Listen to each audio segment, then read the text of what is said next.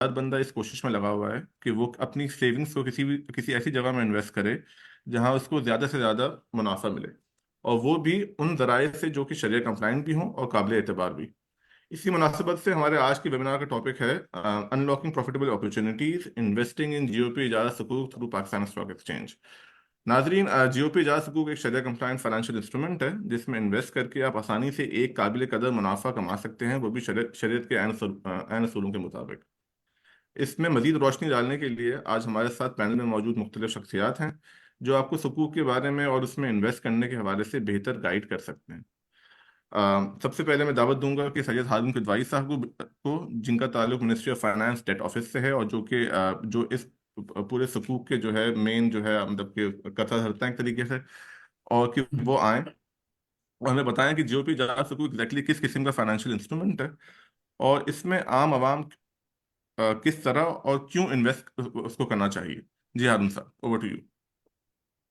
Thank you very much Jawad साहब। ये सारा एक तो सेशन कंडक्ट करने के लिए और सारे जो मार्केट के जो एक्सपर्ट्स हैं उनको इनवाइट करने के लिए, other than me because I am not that expert. So अब स्टार्ट करते हैं। मैं एक छोटी सी 10-15 मिनट की एक प्रेजेंटेशन शेयर करूँगा। उस पे फिर हम थोड़ा सा इस हुकूक के हवाले से कि हमारे ऑपरेशंस कैसे वर्क करते हैं और इसकी इम्पोर्टेंस क्या है, और अब इसमें जो रिटेल इन्वेस्टर्स हैं वो किस तरह आ सकते हैं, अगर आप अलाउ करें मैं 1 मिनट में वो अपनी जो प्रेजेंटेशन है वो शेयर कर। जी सर, शो। जी, ये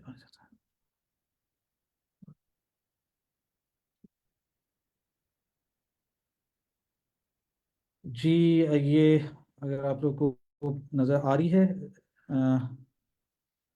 जी सर, विजिबल है। स्क्रीन। चलो, ग्रेट ग्रेट ग्रेट। ये ज़्यादा लंबी प्रेजेंटेशन नहीं होगी। It will not take more than like 10 to 15 minutes.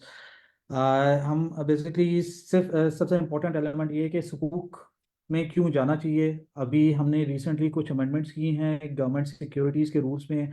उनके मैं थोड़े से फ़वाइद बताऊंगा कि वो उनके फ़वाइद जो हैं पर्टिकुलरली रिटेल इन्वेस्टर्स के लिए क्या हैं, और हमारा जो सुकूक इन्वेस्टमेंट्स हैं गवर्नमेंट डेट सिक्योरिटीज़ के, उसकी एवोल्यूशन क्या रही है, और इस वक्त जो हमारी जो करंट जो स्ट्रक्चर्स हैं वो क्या हैं, और ऑक्शन प्रोसेस किस तरह रन होता है। तो बाकी जो इनकी फर्दर जो ऑपरेशन मोडालिटीज़ हैं कि अकाउंट किस तरह ओपन होता है, वो आई बिलीव के हमारे साथ स्टॉक एक्सचेंज भी मौजूद है और भी मार्केट के पार्टिसिपेंट्स मौजूद हैं जो कि इसके बारे में फर्दर डिटेल भी बता सकते हैं। लेकिन इनकेस अगर उसमें भी कोई क्यूरी हो तो I will be happy to answer that. तो पहली चीज़ तो ये कि सुकूक में आना क्यों चाहिए। सुकूक है क्या? सुकूक बेसिकली एक शरिया कंप्लाइंट इंस्ट्रूमेंट है जो कि अब काफ़ी हद तक रेप्लिकेट कर रहा है हमारी जो कन्वेंशनल सिक्योरिटीज़ को, जिस तरह पीआईबीज एंड टी बिल्स हैं। लेकिन इसमें एक जो मेजर डिफरेंस है, जो मेजर फ़र्क आ रहा है, वो आ रहा है कि ये शरिया कंप्लाइंट होता है। इसमें एक सबसे इम्पोर्टेंट एलिमेंट ये होता है कि ये इसकी एक रिस्क मिटिगेशन काफ़ी ज़्यादा है। ये भी is equivalent to like risk free instrument ही ट्रीट किया जाता है। ऑल्दो इसको हम कैटेगोरिकली रिस्क फ्री इन्वेस्टमेंट नहीं कहते, क्योंकि ये शरिया कंप्लाइंट होता है तो इसमें profit and loss sharing and all these things and the rental agreements involve होते हैं। बट इसमें सबसे इम्पोर्टेंट एलिमेंट जो है वो है कि गवर्नमेंट की अश्योरेंस इन्वॉल्व होती है, और ये backed by government owned assets होते हैं। तो गवर्नमेंट की अश्योरेंस किस चीज़ की इन्वॉल्व होती है? इसकी रेंटल पेमेंट के हवाले से। और सबसे इम्पोर्टेंट एलिमेंट जो है वो ये कि ये डिपॉजिट्स के मुकाबले में नॉर्मल जो इस्लामिक बैंकिंग के जितने भी डिपॉजिट्स होते हैं, अगर आप उससे कंपैरिजन करें तो ये काफ़ी बेहतर रिटर्न्स भी दिए जा रहे होते हैं इसमें। क्योंकि ऑब्वियसली अगर टू बी वेरी फ्रैंक कि अगर बैंकिंग साइड से इस वक्त इस्लामिक बैंकिंग डिपॉजिट रेट्स हैं वो ऑलमोस्ट कोई 15% मैक्सिमम आपको मिल रहा होगा। तो ये कोई आपको 20% के रेट पे आपको साल का रिटर्न इस पे मिल रहा होगा। तो आपको 5% तो ऑन एवरेज इसमें वैसे ही ज़्यादा मिल जाता है। अच्छा, अब एक जो इम्पोर्टेंट एलिमेंट है जो कि आई बिलीव के इस वक्त सारों की नॉलेज में लाना ज़रूरी है कि गवर्नमेंट पहले ये जो सेशंस थे वो इतना एग्रेसिवली नहीं कंडक्ट हो रहे थे, और अब क्योंकि ये रिसेंटली ये ज़्यादा अब कंडक्ट होना शुरू हुए हैं, and thanks to IBA and thanks to Nizam bank as well. अच्छा, इसकी एक सबसे इम्पोर्टेंट रीज़न क्या है? सबसे इम्पोर्टेंट रीज़न ये है कि इस वक्त गवर्नमेंट ऑफ पाकिस्तान ने अक्टूबर 2023 में गवर्नमेंट डेट सिक्योरिटीज के रूल्स अमेंड करवाए थे, जिसमें सुकूक रूल्स है जो कि 2008 के बने हुए थे, और एक थे मार्केट ट्रेजरी बिल रूल्स जो कि 1998 के बने हुए थे। अच्छा, अभी हम मार्केट ट्रेजरी बिल रूल्स पे तो ज़्यादा डिस्कशन नहीं करेंगे, लेकिन जो सुकूक रूल्स हैं उसमें हमने जो अमेंडमेंट कराई है, इन रूल्स की अमेंडमेंट का मेजर पर्पस क्या था कि हमने अपनी इन्वेस्टर बेस को ब्रॉडन करना है। पहले क्या होता था कि पहले जब सुकूक इन्वेस्टर्स, जो retail investors like individual investor भी होते थे, वो डायरेक्ट ऑक्शंस में पार्टिसिपेट नहीं कर सकते थे। वो जो भी उनको पार्टिसिपेशन करनी होती थी, वो या तो सेकेंडरी मार्केट के थ्रू बाय कर सकते थे, और वो और स्टेट बैंक यानी कि जो बैंकिंग चैनल है वो ही वो यूज कर सकते थे। अभी हमने जो मेजर अमेंडमेंट की है उसका पर्पस ये है कि एक तो हम रिटेल इन्वेस्टर्स जो हैं उनको हम ज्यादा इंकरेज करें कि वो इन इंस्ट्रूमेंट्स में आए। पहली बात। दूसरी बात ये कि हमने जो कैपिटल मार्केट इंस्टीट्यूशंस हैं लाइक स्टॉक एक्सचेंज, सीडीसी, एनएससीसीपीएल, इनका मैकेनिज्म को भी हमने यूज करना शुरू किया है through these amendments in rules. अब ऑल्दो ये जो एग्जांपल है कि जी auctions conducted through Pakistan stock exchange, normally different countries में जो ऑक्शंस होती हैं वो तो सेंट्रल बैंक के थ्रू ही कंडक्ट होती हैं, लेकिन अब ये वन ऑफ एग्जांपल जो कि पाकिस्तान के केस में है कि ऑक्शंस जो हैं वो अब पाकिस्तान स्टॉक एक्सचेंज के थ्रू भी कंडक्ट हुआ करेंगी। उसकी मेजर रीजन ये कि हम वो वाली मार्केट भी टैप कर सकें जो कि कैटेगोरिकली स्टेट बैंक के थ्रू हम टैप नहीं कर पा रहे थे। अच्छा, इसमें एक और जो अपने सबसे इम्पोर्टेंट एलिमेंट जो मैंने अभी आपको बताया कि जी रिटेल इन्वेस्टर्स जो हैं वो नॉन बैंकिंग इन्वेस्टर्स वो अब आ सकते हैं। अच्छा, एक जो इम्पोर्टेंट चीज़ है, ये थोड़ा सा एवोल्यूशन है हमारे जो जीओपी सुकूक इन्वेस्टमेंट्स की। वो क्या है, वो पाकिस्तान में क्या है, ये अगर 2008 से सुकूक प्रोग्राम स्टार्ट हुआ था, 2008 से अब तक अगर आप इसकी पूरी कंट्रीब्यूशन देखें तो ये ऑलमोस्ट इस वक्त एज ऑफ टुडे हमारा जो टोटल जो डेट स्टॉक है उसमें इसकी कंट्रीब्यूशन, जो गवर्नमेंट सिक्योरिटीज का जो डेट स्टॉक है उसमें इसकी कंट्रीब्यूशन कोई 12% चली गई है। अगर हम ये पिछले इवन 5 साल के ही कंपैरिजन कर लें या इवन 2019 से भी, तो आप देखें 1 से 1.5% उस वक्त हुआ करता था। उस वक्त इतनी ज़्यादा और टोटली उस वक्त जो नंबर ऑफ इंस्ट्रूमेंट्स भी होते थे वो बहुत लिमिटेड होते थे, जो कि सिर्फ और सिर्फ 5 साल के इंस्ट्रूमेंट्स हमने लॉन्च किए थे। ऑब्वियसली वो कुछ अरसे हमने 3 साल के भी किए थे, लेकिन वो फिर डिसकंटिन्यू हो गए थे। और उसमें इतनी ज़्यादा पार्टिसिपेशन उस वक्त नहीं आती थी क्योंकि उस वक्त इस्लामिक बैंकिंग मार्केट भी इतनी ज़्यादा एक्टिव नहीं थी। अब क्योंकि इस्लामिक बैंकिंग और इस्लामिक फाइनेंशियल मार्केट जो है वो भी एक्टिव हो गई है, और जो है लोगों की थोड़ी सी अवेयरनेस भी बढ़ती जा रही है इन इंस्ट्रूमेंट्स के हवाले से। तो वो और दिसंबर 2023 से ऑनवर्ड अगर आप देखें तो हमने ये जो है सुकूक प्रोग्राम जो है वो लॉन्च कर दिया था स्टॉक एक्सचेंज के थ्रू। पहले ये स्टेट बैंक के थ्रू होता था। इसमें अभी अगर आप ये देखें कि हमारे जो टोटल इंस्ट्रूमेंट्स हैं at this point of time, वो तकरीबन कोई 5 इंस्ट्रूमेंट्स हैं, जिसमें 1 ईयर का एक डिस्काउंट इंस्ट्रूमेंट है जो कि रेप्लिकेट करता है ट्रेजरी बिल्स को। 1 ईयर का जो ट्रेजरी बिल है, और उसका इस वक्त जो लेटेस्ट कट ऑफ रेट था वो 20.10% था। That means like 20% you are getting return out of it. और इसके अलावा हमने जो है 3 ईयर एंड 5 ईयर के fix rate and floating rate instruments भी लॉन्च किए हुए हैं, जो कि इस वक्त पीआईबी जो कि पाकिस्तान इन्वेस्टमेंट बॉन्ड्स हैं उसको रेप्लिकेट कर रहा है। But the major differences, these are sharia compliant and another one is these are backed by the tangible assets। अच्छा, अब इसमें ये एक समरी सी है, ये जो इस वक्त गवर्नमेंट ऑफ पाकिस्तान कौन कौन से इंस्ट्रूमेंट्स जो है वो ऑक्शन करती है। और इसमें अगर आप देखें कि जो जीआईएस इंस्ट्रूमेंट्स हैं वो नीचे सबसे नीचे 16, सीरियल नंबर 16 से सीरियल नंबर 20 है, और ऊपर के सारे कन्वेंशनल इंस्ट्रूमेंट्स होते हैं। अच्छा, अब इसमें हमारे जो वो फिक्स रेट और फ्लोटिंग रेट के जो बेंचमार्किंग है इस वक्त, वो इस वक्त 6 मंथ्स का T bill weighted average rate consider किया जाता है। Benchmarking T bill rate consider करने का ये मतलब नहीं है कि these are the conventional instruments. ये बेंचमार्क क्योंकि इस वक्त बैंकिंग सेक्टर में अभी मेरे ख्याल से अमार भी यहाँ पे मौजूद हैं, वो भी आपको शायद ये एक्सप्लेन करेंगे निज़ाम बैंक की ट्रेजरी से कि ये जो बेंचमार्किंग है वो जो उसका सिर्फ और सिर्फ ये पर्पस है कि एक आपने एक बेसलाइन सेट की है और उसके ऊपर और नीचे हम क्या रेट डिफाइन करते हैं, और वो at the time of auction जो है वो हम इसको के रेट्स डिफाइन कर रहे होते हैं कि किस तरीके से जो रेट डिटरमिन होंगे। ऑब्वियसली फिक्स रेट के जो होंगे वो जिस तरह 3 साल और 5 साल हैं वो ऑक्शंस के थ्रू होते हैं। अच्छा, एक इम्पॉर्टेंट एलिमेंट जो कि मैं यहाँ पे बताना चाहूँगा वो ये कि हमारे जो ऑक्शंस हैं जो कि प्रीवियसली ऑक्शंस कंडक्ट होते थे मंथली बेसिस पे, जो कि गवर्नमेंट इजारा सुकूक के होते थे। अभी रिसेंटली हमने इनको महीने में 2 दफ़ा ऑक्शंस कंडक्ट कर रहे हैं जो कि ऑलमोस्ट फोर्टनाइटली बेसिस पे हो रहे होते हैं कि after every 14 days we are trying कि हम अपना ऑक्शन कैलेंडर जो है वो हम इस तरीके से डिज़ाइन करें कि हर 14 डेज के बाद हम इसकी ऑक्शंस कंडक्ट किया करें, जिसमें जो है retail investors, non banking investors and banking investors all can participate, and then through the relevant brokerage houses or through the relevant banking systems, whatever is available. So इसमें फिर ये फ्रीक्वेंसीज बढ़ाने का एक पर्पस ये भी था कि इसकी सेकेंडरी मार्केट ज़्यादा एक्टिव हो।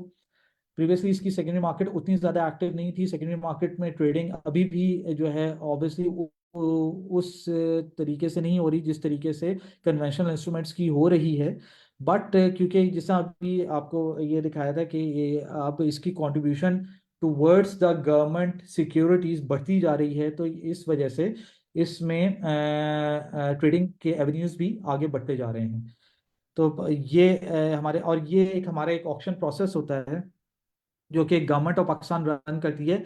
इसमें मैं अभी जो रोल बता रहा हूँ वो रोल ये बता रहा हूँ कि जी इन्वेस्टर्स जिस दिन ऑक्शन हमारी कंडक्ट होती है, इन्वेस्टर्स उसमें किस तरह पार्टिसिपेट करते हैं थ्रू बैंक्स और ब्रोकर्स।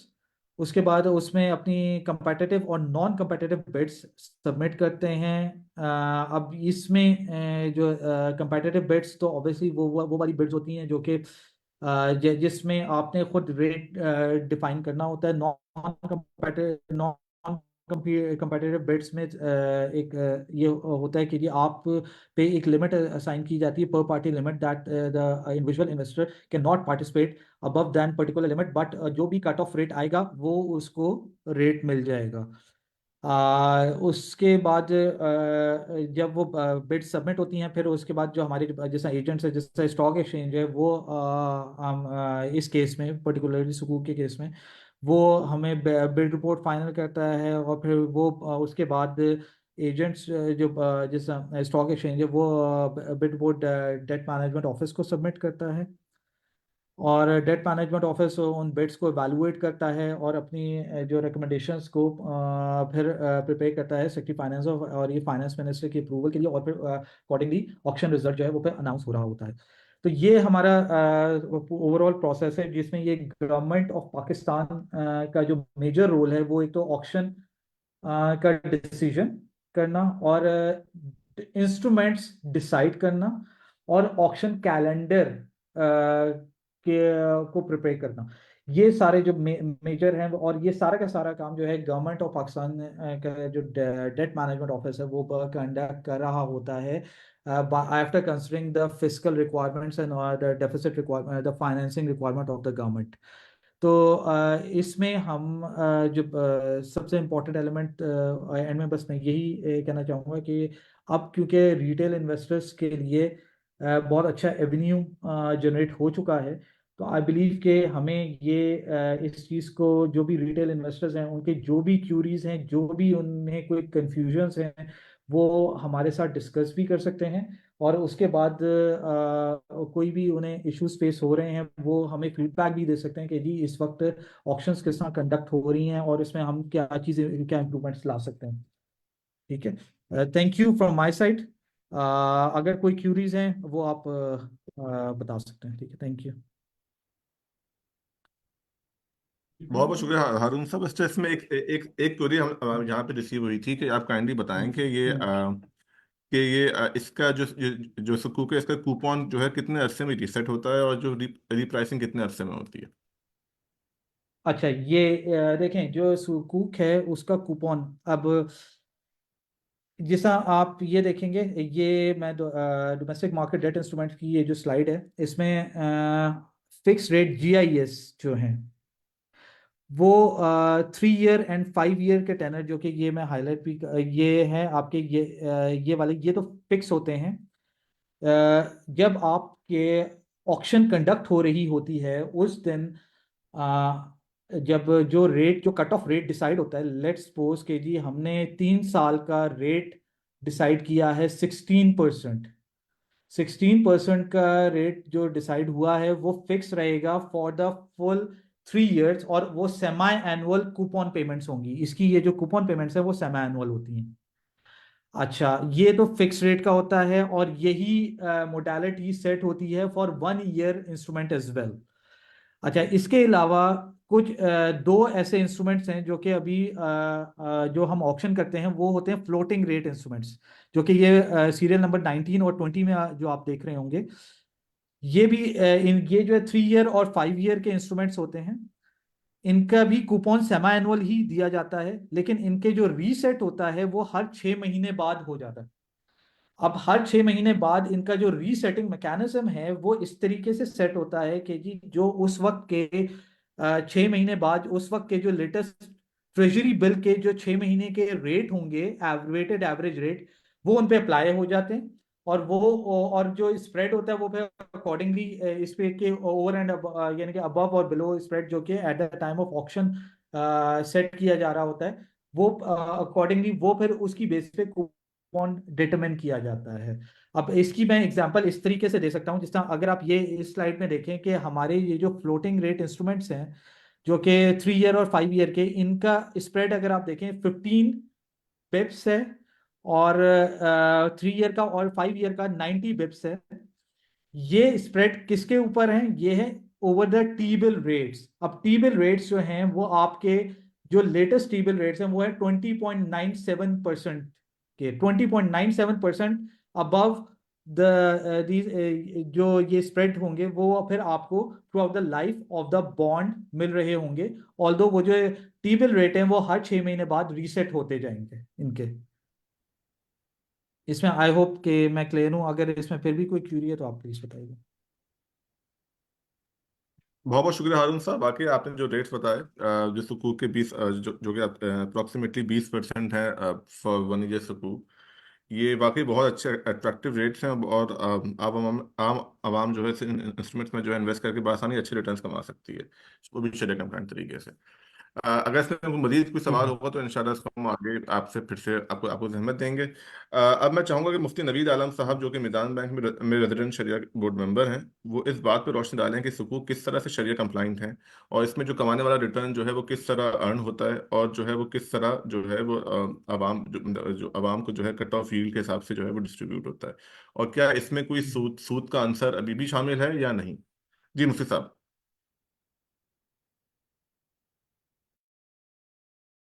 अस्सलाम वालेकुम वरहमतुल्लाहि वबरकातुहू। आई होप कि मेरी वॉइस क्लियर होगी। अगर किसी कोई एक ज़रा मैसेज में मुझे कंफर्म कर दें। जी सर, अल्हम्दुलिल्लाह आपकी आवाज़ बेहतरीन। बिस्मिल्लाहिर्रहमानिर्रहीम, अल्हम्दुलिल्लाहि रब्बिल आलमीन, वस्सलातु वस्सलामु अला सय्यिदिल अंबिया वल मुरसलीन व अला आलिहि व सहबिहि अजमईन। जज़ाकल्लाह जवाद। ये एक बड़ा इम्पोर्टेंट क्वेश्चन है, और मुख्तलिफ लोगों की तरफ से ये सवाल किया जाता है। मैं इसको ब्रीफली इंशाल्लाह आप लोगों के सामने एक्सप्लेन करता हूँ। गवर्नमेंट ऑफ पाकिस्तान की तरफ से जो सुकूक के इंस्ट्रूमेंट्स जारी होते हैं, सबसे पहली इम्पोर्टेंट बात यह है कि ये जितने भी सुकूक इंस्ट्रूमेंट्स हैं आज की तारीख में मेजॉरिटी ऑफ दी, बल्कि मैं ये कहूँगा कि तकरीबन तमाम जो सुकूक हैं वो इजारा की बेस पर है, और फ्यूचर में ये किसी और शरिया कंप्लाइंट मोड पर भी हो सकते हैं। लेकिन इम्पोर्टेंट ये है कि ये तमाम सुकूक शरिया बोर्ड से अप्रूव्ड होते हैं। जॉइंट फाइनेंशियल एडवाइजर्स की जो शरिया कमेटीज, शरिया बोर्ड्स हैं, और स्टेट बैंक ऑफ पाकिस्तान की जो शरिया कमेटीज हैं उनसे अप्रूव्ड होते हैं। तो सबसे पहली बात मैं तमाम शुरका के लिए, तमाम पार्टिसिपेंट्स के लिए और उनके लिए बताना चाहूँगा कि सुकूक इंस्ट्रूमेंट्स जब भी जारी होते हैं उसका पूरा एक शरिया असेसमेंट, शरिया स्ट्रक्चर, पूरा शरिया एनालिसिस होता है और उन शरिया गाइडलाइंस के मुताबिक उन सुकूक को मुरतब किया जाता है और उसके बाद वो सुकूक लॉन्च होते हैं। तो इसलिए पहला इत्मीनान हमें ये रखना चाहिए कि सुकूक ये इंस्ट्रूमेंट्स शरिया कंप्लायंट होते हैं। पॉइंट नंबर 2 जिसको हमें समझना चाहिए कि हम इजारा सुकूक चूँकि मेजॉरिटी क्वांटम इस वक़्त मार्केट में फ्लोटेड है, तो हम इजारा सुकूक को बेस बनाकर कुछ चीज़ों को अंडरस्टैंड कर लेते हैं और जैसा कि मैं अपनी पहली बात में ये बात कह चुका हूँ कि अल्लाह ताला ने जो शरिया कंप्लायंट मोड्स ऑफ फाइनेंस बताए हुए हैं, उनमें से किसी पे भी सुकूक इश्यू हो सकता है और हर शरिया कंप्लायंट कॉन्ट्रैक्ट के अपने रिक्वायरमेंट्स हैं, उसके अपने तकाज़े हैं। अगर इजारा की बुनियाद पे सुकूक होगा तो उसकी अपनी रिक्वायरमेंट्स होंगी, उनको पूरा कर किया जाएगा और अल्हम्दुलिल्लाह पूरा किया जाता है। और अगर किसी और कॉन्ट्रैक्ट की बुनियाद पे मुस्तकबिल में अगर कोई सुकूक जारी किया जाएगा तो उसके अपने सर्टेन रिक्वायरमेंट्स होंगे और उन रिक्वायरमेंट्स को फुलफिल किया जाएगा और जो शरिया के जो रिक्वायरमेंट्स हैं उसके मुताबिक वो सुकूक जारी किए जाएँगे। हम इजारे की बुनियाद के ऊपर सुकूक को हम थोड़ा-सा समझ लेते हैं कि इजारा कहा जाता है कि किसी सर्टेन आइडेंटिफाइड एसेट्स को रेंट पे देकर उससे रेंटल इनकम अर्न करना। ये एक इजारा का कॉन्ट्रैक्ट है। हम इसको अपनी ज़ाती ज़िंदगी में बहुत ईज़िली अंडरस्टैंड कर सकते हैं कि मेरा घर है, उसका एक पोर्शन है, मैंने रेंट आउट किया हुआ है। वो रेंटल इनकम मेरी एक होम टेक होम इनकम में कंट्रीब्यूट होती है। तो इसी तरीके से इजारा सुकूक की ट्रांज़ैक्शन की जाती है जिसमें government of Pakistan financing raise करने के लिए इजारा कॉन्ट्रैक्ट को बेस बनाती है। फंड्स रेज़ करने के लिए इजारा कॉन्ट्रैक्ट को बेस बनाती है और सुकूक होल्डर्स वो इन्वेस्ट करते हैं। सुकूक होल्डर्स आर इन्वेस्टर। वो गवर्नमेंट ऑफ पाकिस्तान के कुछ सर्टेन आइडेंटिफाइड एसेट्स को वो परचेज़ करते हैं और परचेज़ करने के बाद मिनिस्ट्री ऑफ फाइनेंस को, गवर्नमेंट ऑफ पाकिस्तान को वो एसेट रेंट पर दे देते हैं। गवर्नमेंट ऑफ पाकिस्तान उसका rental time to time biannually, quarterly या एनुअली जो भी उसका एक शेड्यूल तय होता है, उसके मुताबिक वो उसका रेंटल सुकूक होल्डर्स को पे करती है और सुकूक होल्डर्स की वो एक इनकम जनरेट हो जाती है और सुकूक होल्डर उससे अपना रेवेन्यू, अपनी इनकम उससे अर्न करते हैं। अच्छा, हमने 2 बातें कर ली कि इजारा सुकूक के अंदर रेंटल कैसे आता है और हमने ये बात समझ ली कि अल्हम्दुलिल्लाह ये सुकूक शरिया कंप्लायंट होते हैं। देखिए, इस्ला थर्ड पॉइंट जो कि हमें बहुत ही अहमियत के साथ हमें अंडरस्टैंड करना चाहिए कि Islamic banking risk and rewards की बुनियाद के ऊपर काम करती है। इन इस्लामिक बैंकिंग का एक बेसिक प्रिंसिपल ये है कि if you are ready to take the risk, you are allowed to earn profit. Unfortunately conventional banking में ये होता है, if you are not ready to take any risk, तो अगर आप उसके ऊपर कोई प्रॉफिट अर्न करते हैं, तो वो समटाइम्स, यानी कि मैं चूँकि अभी रिबा की उस कंप्लीट डिटेल में नहीं जा रहा, इसलिए कि ऑब्वियसली वो एक थोड़ा-सा एक डिटेल टॉपिक है। तो वो उस समटाइम्स वो ट्रांज़ैक्शन क्लासिफाइड होती है रिबा में। यहाँ पर इजारा की ट्रांज़ैक्शन में गवर्नमेंट ऑफ पाकिस्तान की एक सर्टिफ़िकेशन होती है, गवर्नमेंट ऑफ पाकिस्तान गारंटी करती है कि इसका रेंटल गवर्नमेंट ऑफ पाकिस्तान के ज़िम्मे है। अलबत्ता यहाँ रिस्क एंड रिवॉर्ड शेयरिंग का कॉन्सेप्ट एसेट से एसोसिएटेड है कि वो एसेट जो कि रेंट पे दिया गया है, उस एसेट की अंदर जो भी रिस्क हैं, उन रिस्क को सुकूक होल्डर्स एक्सेप्ट करते हैं। ऑब्वियसली वो एक मिटिगेटेड रिस्क होते हैं। खुदा ना खास्ता ऐसा नहीं है कि उन रिस्क के अंदर ऐसा कोई पॉइंट हो या ऐसा कोई पहलू हो कि जिसकी वजह से उस रेंटल आम हालात में नॉन सस्टेनेबल हो जाए, ऐसा नहीं होता। लेकिन वो एक mitigated risk portfolio like any other Islamic banking investments, वो सुकूक होल्डर्स उस रिस्क को कैरी करते हैं और उसके अगेंस्ट में उसका जो रेंटल इनकम उनको मिलती है। तो ये एक तरीक़ाकार है। मैं थोड़ा-सा समराइज़ कर दूँगा अपनी बात को। पॉइंट नंबर 1 कि ये शरिया कंप्लायंट इंस्ट्रूमेंट है। Point number 2, majority of the portfolio is based on the इजारा। इजारा के अंदर सुकूक होल्डर्स इस इन्वेस्टमेंट के बाद उसकी रेंटल कूपन के ज़रिए से अपनी इनकम जनरेट करते हैं और वो रेंटल इनकम कैलकुलेट करने का तरीका लास्ट सेशन में हारून साहब, आई एम रियली ग्रेटफुल, आपने बड़े अच्छे से एक्सप्लेन किया कि वो 3 इयर्स के इंस्ट्रूमेंट्स में वेरिएबल प्राइसिंग भी हो सकती है, फिक्स प्राइसिंग भी हो सकती है, 1 ईयर के इंस्ट्रूमेंट में वेरिएबल भी हो सकता है और फिक्स भी हो सकता है, और प्राइस वेरिएबल का जो पीरियड है वो 6 मंथ भी हो सकता है। और from sharia perspective it is a mutual agreement कि उस म्यूचुअल कंसेंट के साथ, एग्रीमेंट्स के साथ किसी भी आप एक रेगुलर इंटरवल के ऊपर अपनी जो प्राइसिंग है उसकी वेरिएशन एग्री कर सकते हैं।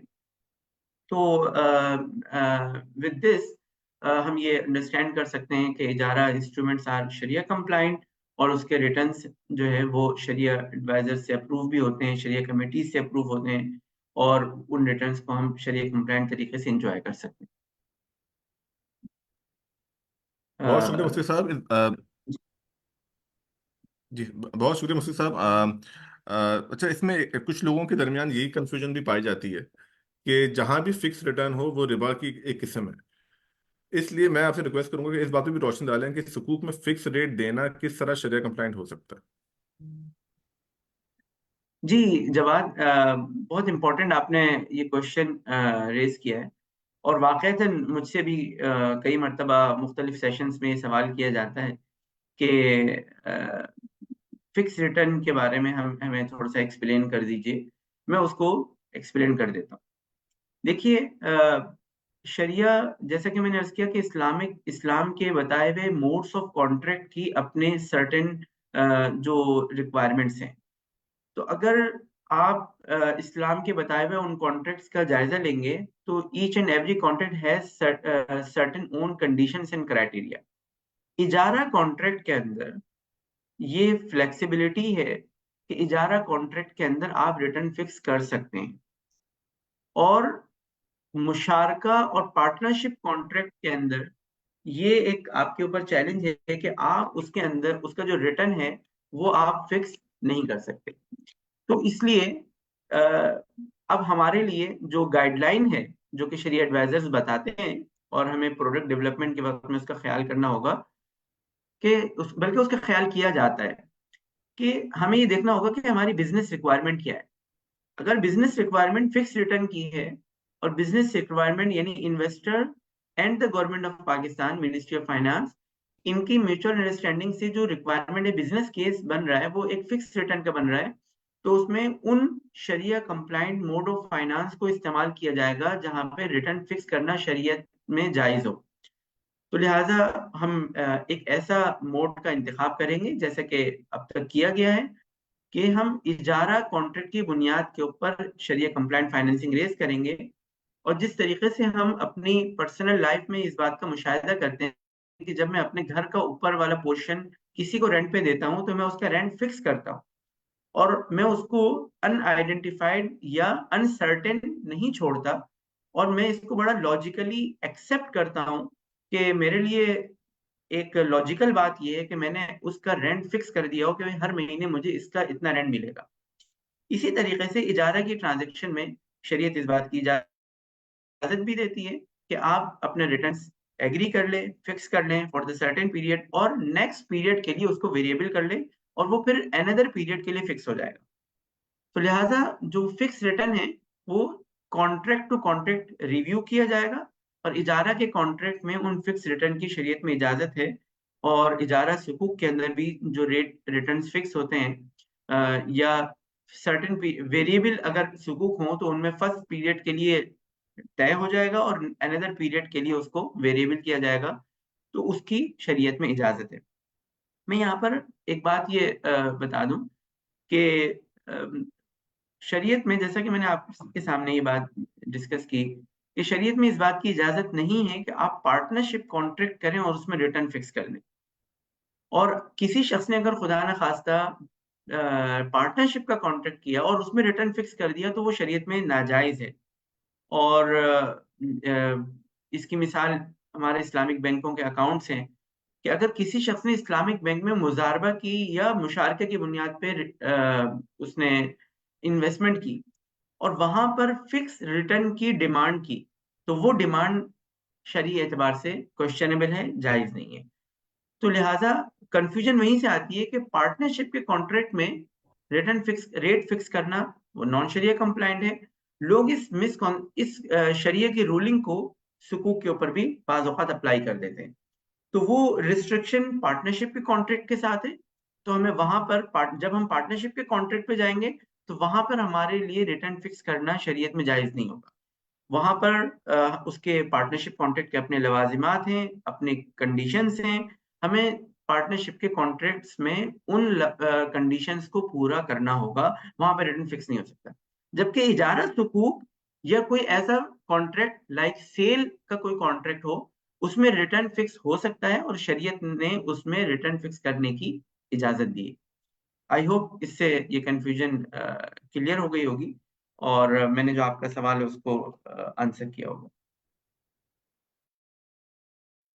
बहुत शुक्रिया मुफी साहब। अच्छा, इसमें अभी अभी जो है ओवर एक टू यू। पार्टिसिपेंट एक और सवाल किया है कि क्या ये जरूरी है कि किसी जिस एसेट पे इजारा किया गया हो तो उसका रेंटल जो है वो उससे जो आमदन जो जो वसूल हुई है गवर्नमेंट को उसी से अदा किया जाए, या किसी और सोर्स से भी गवर्नमेंट जो है उस हुकूक का रेंट का जो रेंटल है वो पे कर सकती है। सॉरी जवाब, आपकी आवाज कट गई। Can you please repeat your question? बीच में थोड़ा सा डिस्टॉर्शन हुआ था। सवाल पार्टिसिपेंट का ये था कि क्या ये जरूरी है कि अगर कोई जिस एसेट पे इजारा एग्रीमेंट किया गया हो तो उसकी जो आमदन जो गवर्नमेंट को वसूल हुई है उस एसेट के अगेंस्ट उसी से जो है वो रेंटल की अदायगी करे, या फिर जो है वो हुकूमत जो है अपने किसी और सोर्स को भी इस्तेमाल कर सकती है रेंटल पेमेंट के लिए।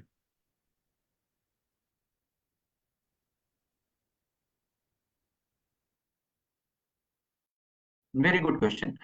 देखिए, इजारा सुकूक में इस बात की पाबंदी नहीं है कि उसी एसेट की यील्ड से और उसी एसेट के रेवेन्यू से रेंटल पे किया जाए। ये रिक्वायरमेंट पार्टनरशिप के कॉन्ट्रैक्ट में तो हो सकती है, यानी कि अगर किसी वक्त में इशूअर ने पार्टनरशिप के कॉन्ट्रैक्ट पे रिटर्न्स, पार्टनरशिप के कॉन्ट्रैक्ट पे सुकूक इशू किए हों, तो उस मुशारका बिजनेस पार्टनरशिप के कॉन्ट्रैक्ट के सुकूक में ये रिक्वायरमेंट होगी कि आप उसके जो रेवेन्यूज हैं, उसकी जो इनकम है उसी से कूपन शेयर करें।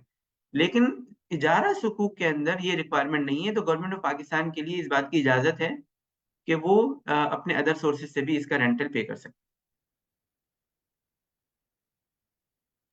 बहुत शुक्रिया मोती साहब। अब हम चलते हैं आगे।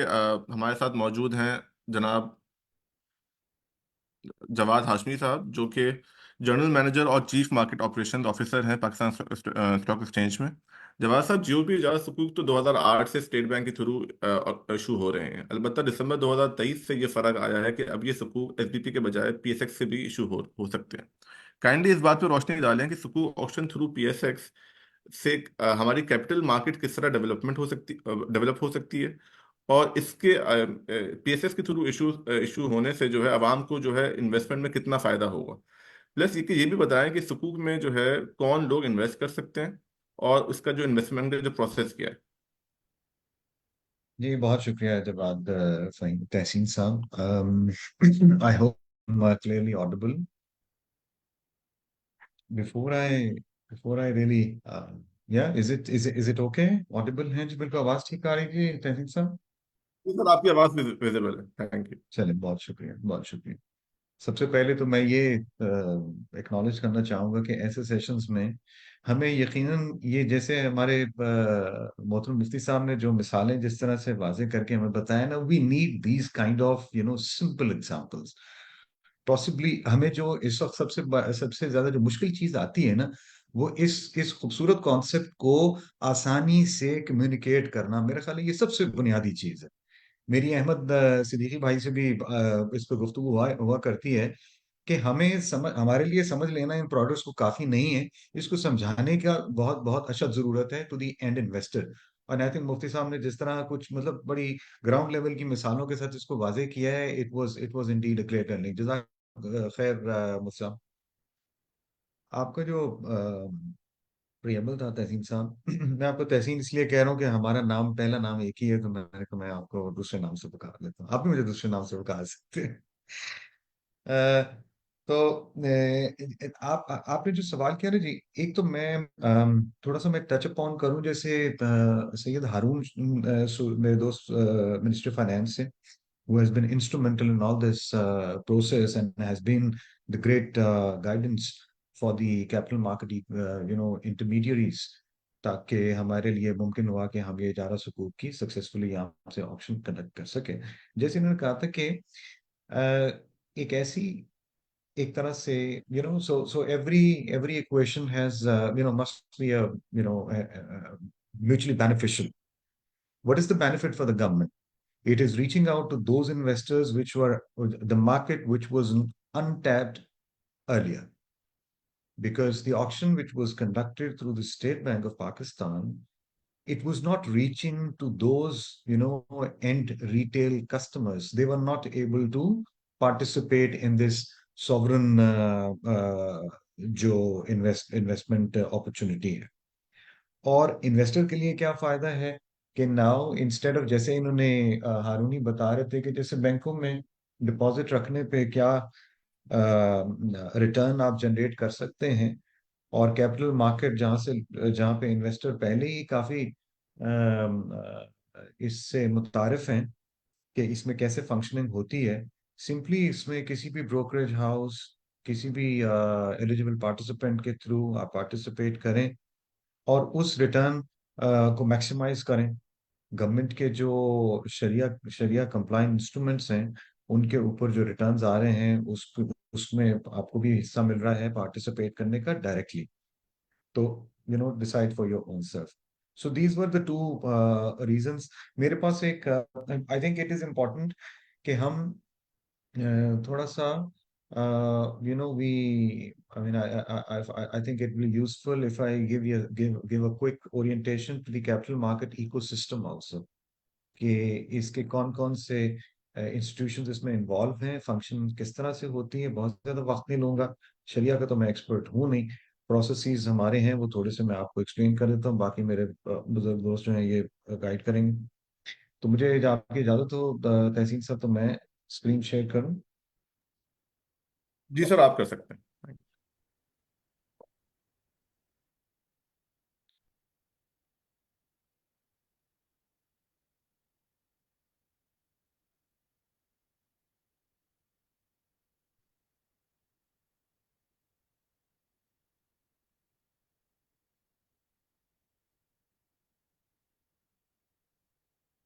आई होप ये स्क्रीन जो है वाजे है।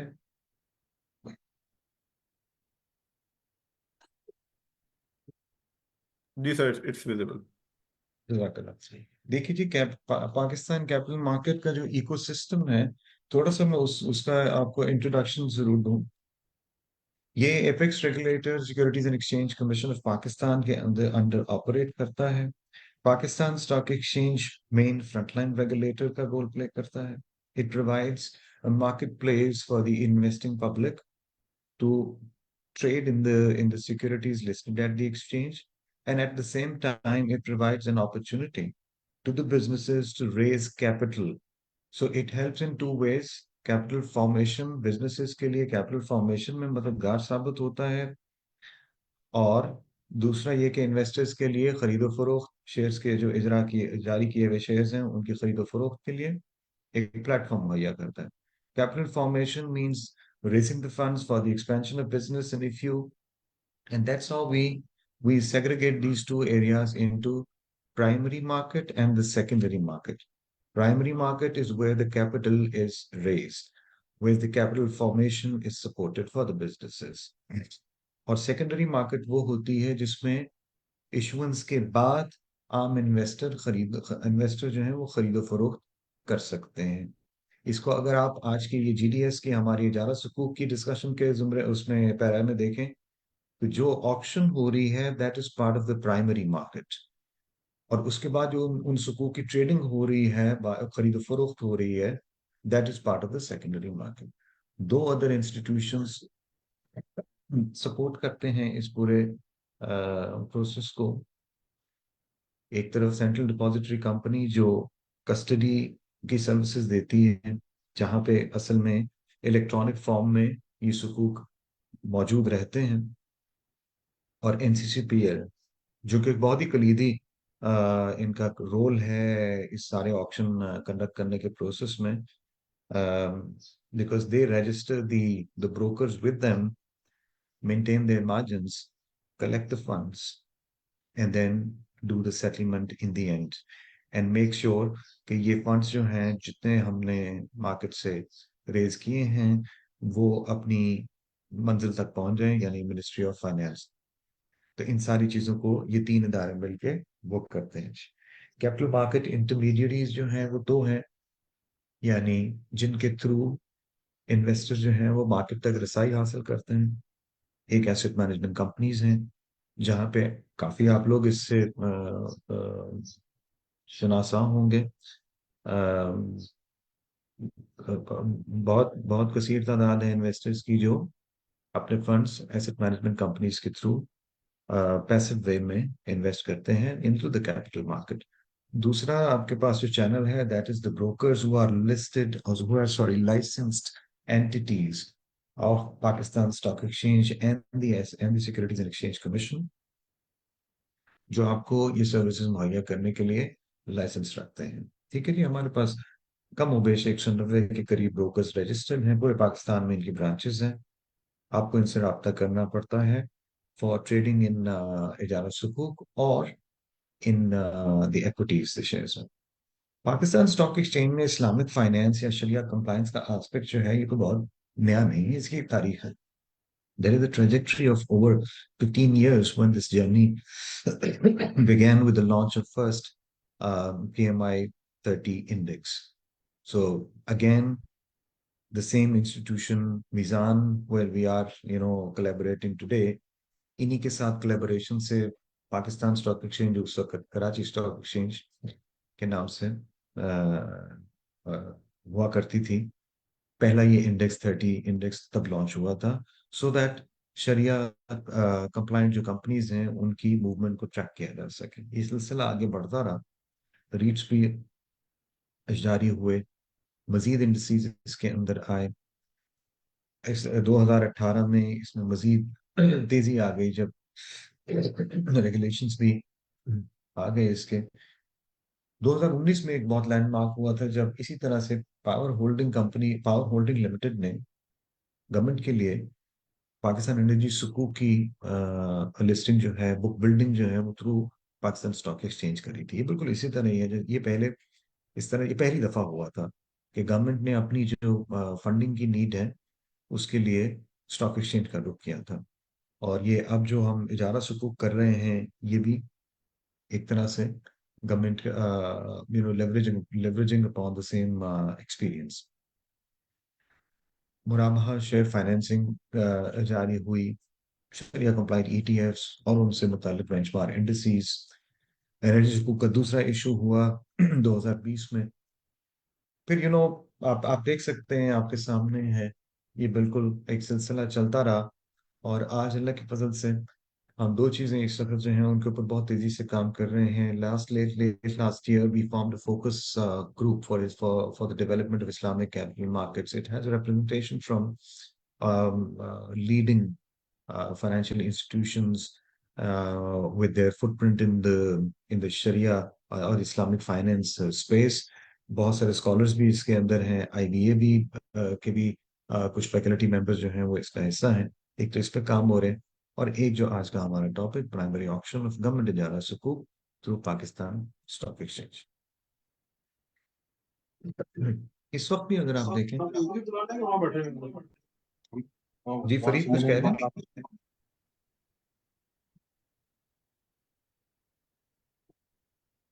जी थोड़ा सा मैं आपको बताऊं, जैसे मैं sorry it seems I am echo होने शुरू हो गई थी, बट शायद अब ठीक है। जैसे मैं सो continuing with what I was explaining के PSX के अंदर और कौन से आपके पास एवेन्यूज हैं इस्लामिक फाइनेंस को अडॉप्ट करने के या शरिया कंप्लायंट वे में इन्वेस्ट करने के लिए। PSX के अंदर 530 के लगभग कंपनीज जो है लिस्टेड हैं, और उनमें से एक कसीर तादाद यानी 250 से ज्यादा कंपनीज ऐसी हैं जो शरिया कंप्लायंट हैं। और वॉल्यूम के एतबार से लास्ट नंबर्स मेरे पास थे तो कोई 65% से ज्यादा, तकरीबन 70% के करीब जो वॉल्यूम ट्रेड हो रहा है ये उन कंपनीज में ट्रेड हो रहा है जो शरिया कंप्लाइंट है। ठीक है जी। 3 फुल फ्लेज शरिया कंप्लाइंट बैंक्स हैं, रीट्स हैं, ईटीएफ्स हैं। इस वक्त 2 ईटीएफ हैं हमारे पास जो शरिया कंप्लाइंट हैं, और उनमें से एक जो है वो फिक्स्ड इनकम है। 29 मुराबाहा कंपनीज, इसी तरह से सुकूक अदर, हमारे पास बहुत सारे सुकूक जो कॉर्पोरेट और गवर्नमेंट के लिस्टेड हैं। So, I mean, the list goes on and on with with so many opportunities and avenues for investors to come to the Pakistan Stock Exchange and invest in a Sharia manner. अब आते हैं जी GDS, जो अभी government debt securities हम जिसको कहते हैं, जिसके अंदर जो फ्लैगशिप इस वक्त है गवर्नमेंट इजारा सुकूक। जैसे सैयद हारून शुरू में बता रहे थे कि ये एक लेजिस्लेचर का एक प्रोसेस के through this amendment was made in the bill which made capital market intermediary institutions to issue the government ijara sukuks for the on behalf of Ministry of Finance. इसके लिए एक इन हाउस सिस्टम डिजाइन किया गया जो बिल्कुल यही का हमारा लोकली बनाया गया था। एक चीज जो पहले भी स्टेट बैंक में जो स्टेट बैंक से मुख्तलिफ हो रही थी, 1 ईयर शॉर्ट टर्म डिस्काउंटेड इजारा सुकूक, ये पहली दफा मुतारिफ हुआ। इससे पहले 6 महीने और 12 महीने के ट्रेजरी बिल्स तो थे जो कि एक डिस्काउंटेड इंस्ट्रूमेंट होते हैं, लेकिन सुकूक की फॉर्म में ऐसा इंस्ट्रूमेंट नहीं था। तो ये एक बिल्कुल नई चीज है। इसका थोड़ा सा आपको बताऊंगा कि डिस्काउंट और फिक्स रेट और वेरिएबल रेट्स किस तरह से ट्रेड होते हैं। एलिजिबल पार्टिसिपेंट्स जो हैं इसमें, जैसे मैंने बताया कि हमारे तमाम ब्रोकर जो लाइसेंस्ड हैं वो नॉन ब्रोकर क्लियरिंग मेंबर्स, जिसमें बैंक्स भी हैं, फाइनेंशियल इंस्टीट्यूशंस हैं, they are all eligible participants. एक इन्वेस्टर जो है वो इनमें से किसी के थ्रू भी इसमें हिस्सा ले सकता है। बिड्स जो है वो दोनों तरीके से इसमें प्लेस की जा सकती हैं, disclosed and undisclosed. Disclosed means you ask your broker to place a bid on your behalf in the PSX auction system, and anonymous या undisclosed का मतलब ये है कि you simply deposit the funds and you do not share the rate or the price you are quoting for that instrument. Auction हमारे यहाँ पहले महीने में एक दफा हो रहा था, अब ट्वाइस अ मंथ ये ऑक्शन जो है वो हो रही है। इस वक्त जो इसकी है 14th March was the last auction we conducted and 28th will be the next one.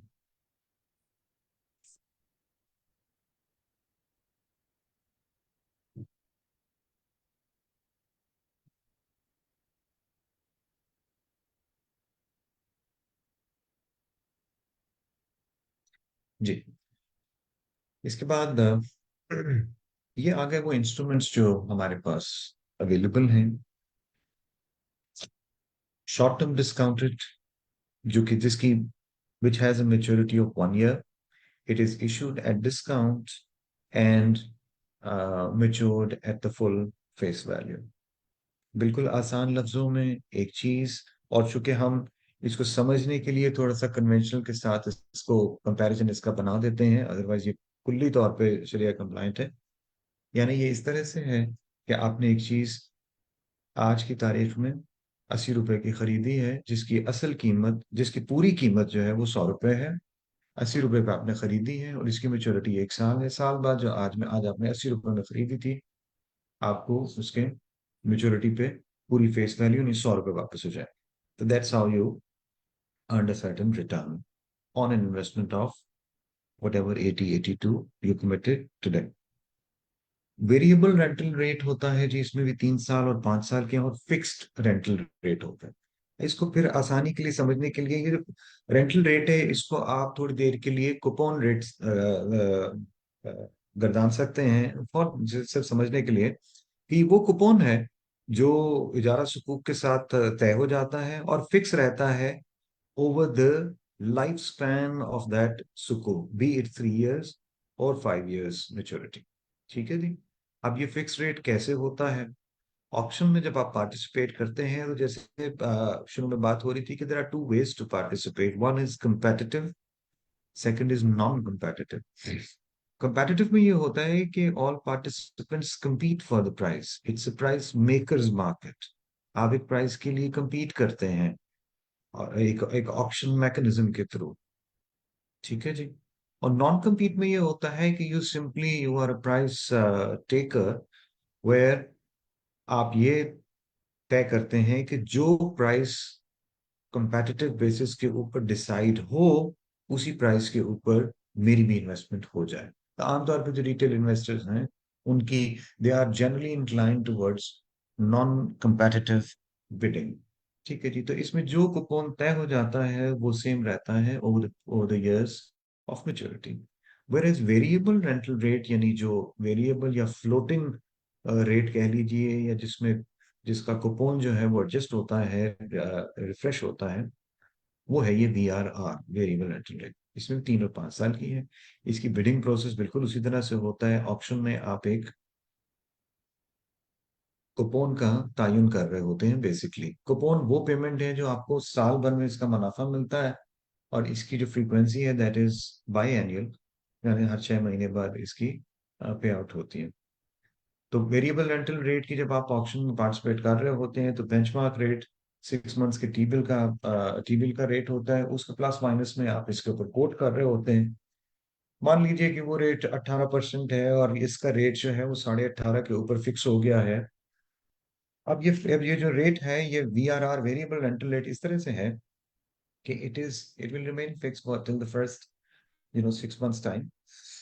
And every 6 months the coupon rate will be updated based on the 6 months T-bill weighted average rate. ठीक है जी। अगर ये 18.5 पे है पहला इसका coupon, मतलब पहली जो इसकी 6 मंथ्स है उसमें, उसके बाद अगर रेफरेंस रेट में कुछ तब्दीली आती है तो जो प्लस माइनस के साथ इसमें आपने तय किया है, ठीक है जी, उस हिसाब से इसका भी रेट जो है वो चेंज हो जाएगा, ठीक है जी।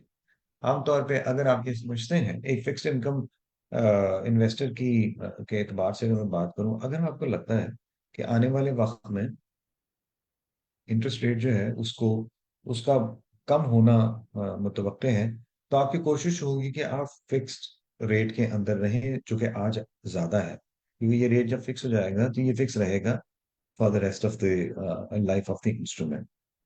जबकि VRR जो है उसके अंदर ये प्राइस कल को एडजस्ट होके इसका कूपन कम भी हो सकता है। लेकिन वही बात है कि there is no you know free lunch. आपको खरीदते वक्त भी, चूंकि ये एक फ्लेक्सिबिलिटी इसके अंदर है, ये इफ फैक्टर इन हुई भी है इस प्राइस के अंदर, आपको उसकी उस इस ऑप्शन की एक प्राइस जो है वो एम्बेडेड होगी इसके रेट के अंदर, जो आपको पे करना होगी एट द आउटसेट। जैसे हम जब बात कर रहे थे कि इसमें ख्वाहिश ये है कि रिटेल पार्टिसिपेशन, रिटेल इन्वेस्टर को इनकरेज किया जाए, इसलिए इसकी डिनोमिनेशन सिर्फ 5,000 रुपए है। यानी कोई भी अगर आप अपनी सेविंग्स के एतबार से भी एवरी 15 days और every month just set aside at the whatever small amount of money in a Sharia compliant manner, in a fully secured government backed instrument which is giving you a fixed rate of return, तो इसलिए इसकी denomination बहुत कम रखी गई। Tenor इसके जैसे बताया कम से कम 1 साल और ज्यादा से ज्यादा 5 साल तक के हैं। 1 ईयर का जो इजारा सुकूक है, जिस मैंने बताया था कि ये डिस्काउंट पे इशू होता है और पूरा और फुल फेज के ऊपर मेच्योर हो जाता है।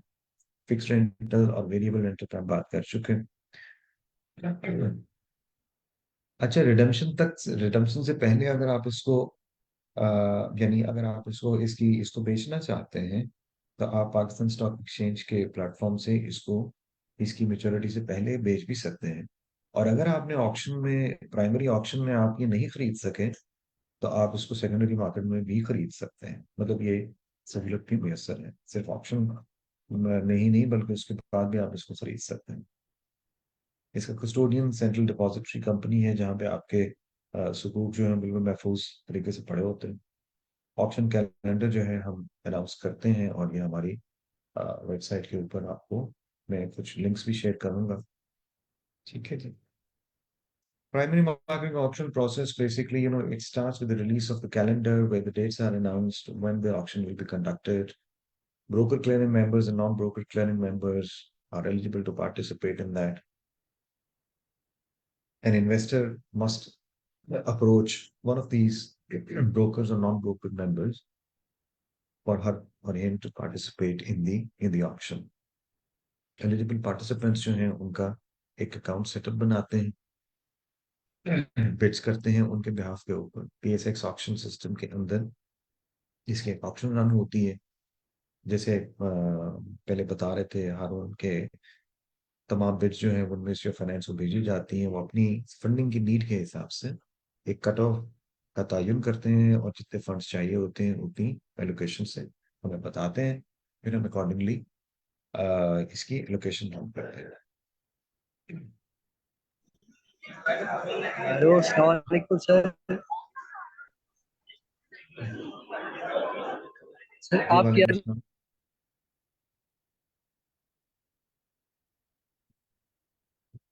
जी आप थोड़ा सा मैं इंतजार कीजिएगा बस ये सर आपकी आवाज क्लियर नहीं आ रही। अच्छा जी, आई एम सॉरी। अब जी तहसीन भाई, ठीक है या मुझे? आपकी आवाज़ हमें तो क्लियर आ रही है। तो इमरान खान साहब काइंडली अपना कनेक्शन चेक कर लें, हो सकता है कि वहाँ आपके कनेक्शन में कोई इशू हो।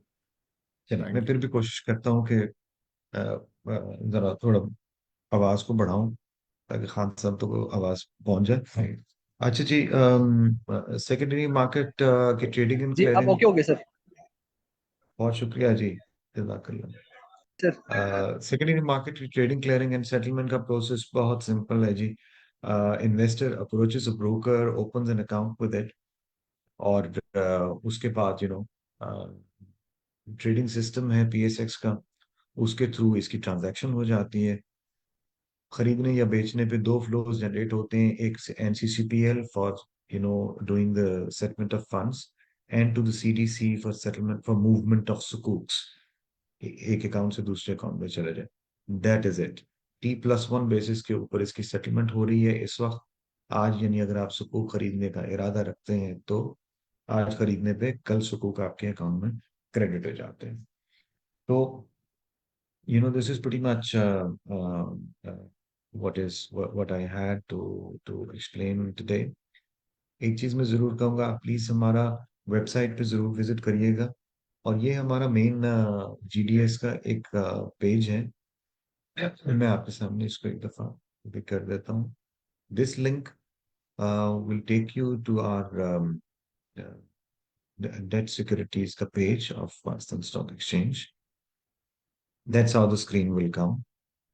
इस स्क्रीन के अंदर अगर आप देखें तो ये ऑप्शन कैलेंडर तो दिख रहा है कि अगला ऑप्शन कब है, यानी 14 को हुआ था, अब अगला 28 को है, फिर उसके बाद 8 अप्रैल को, यानी रमजान में 3 ऑप्शन जो हैं वो लाइन अप है।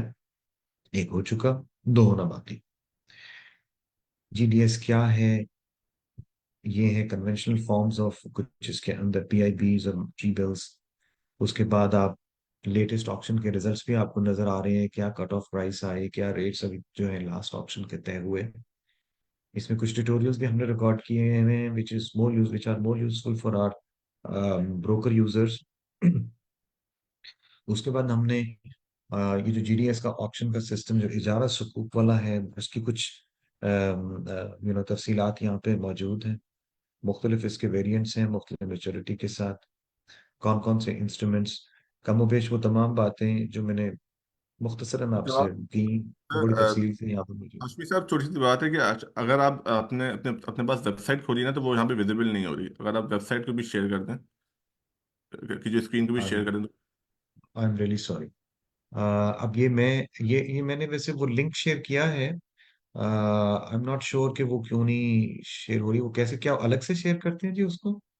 जी सर, स्क्रीन आप शेयर पे नहीं आता? जी आप वेबसाइट पे जाके ना आप फिर से स्क्रीन शेयर कर दें। असल में अभी हाँ,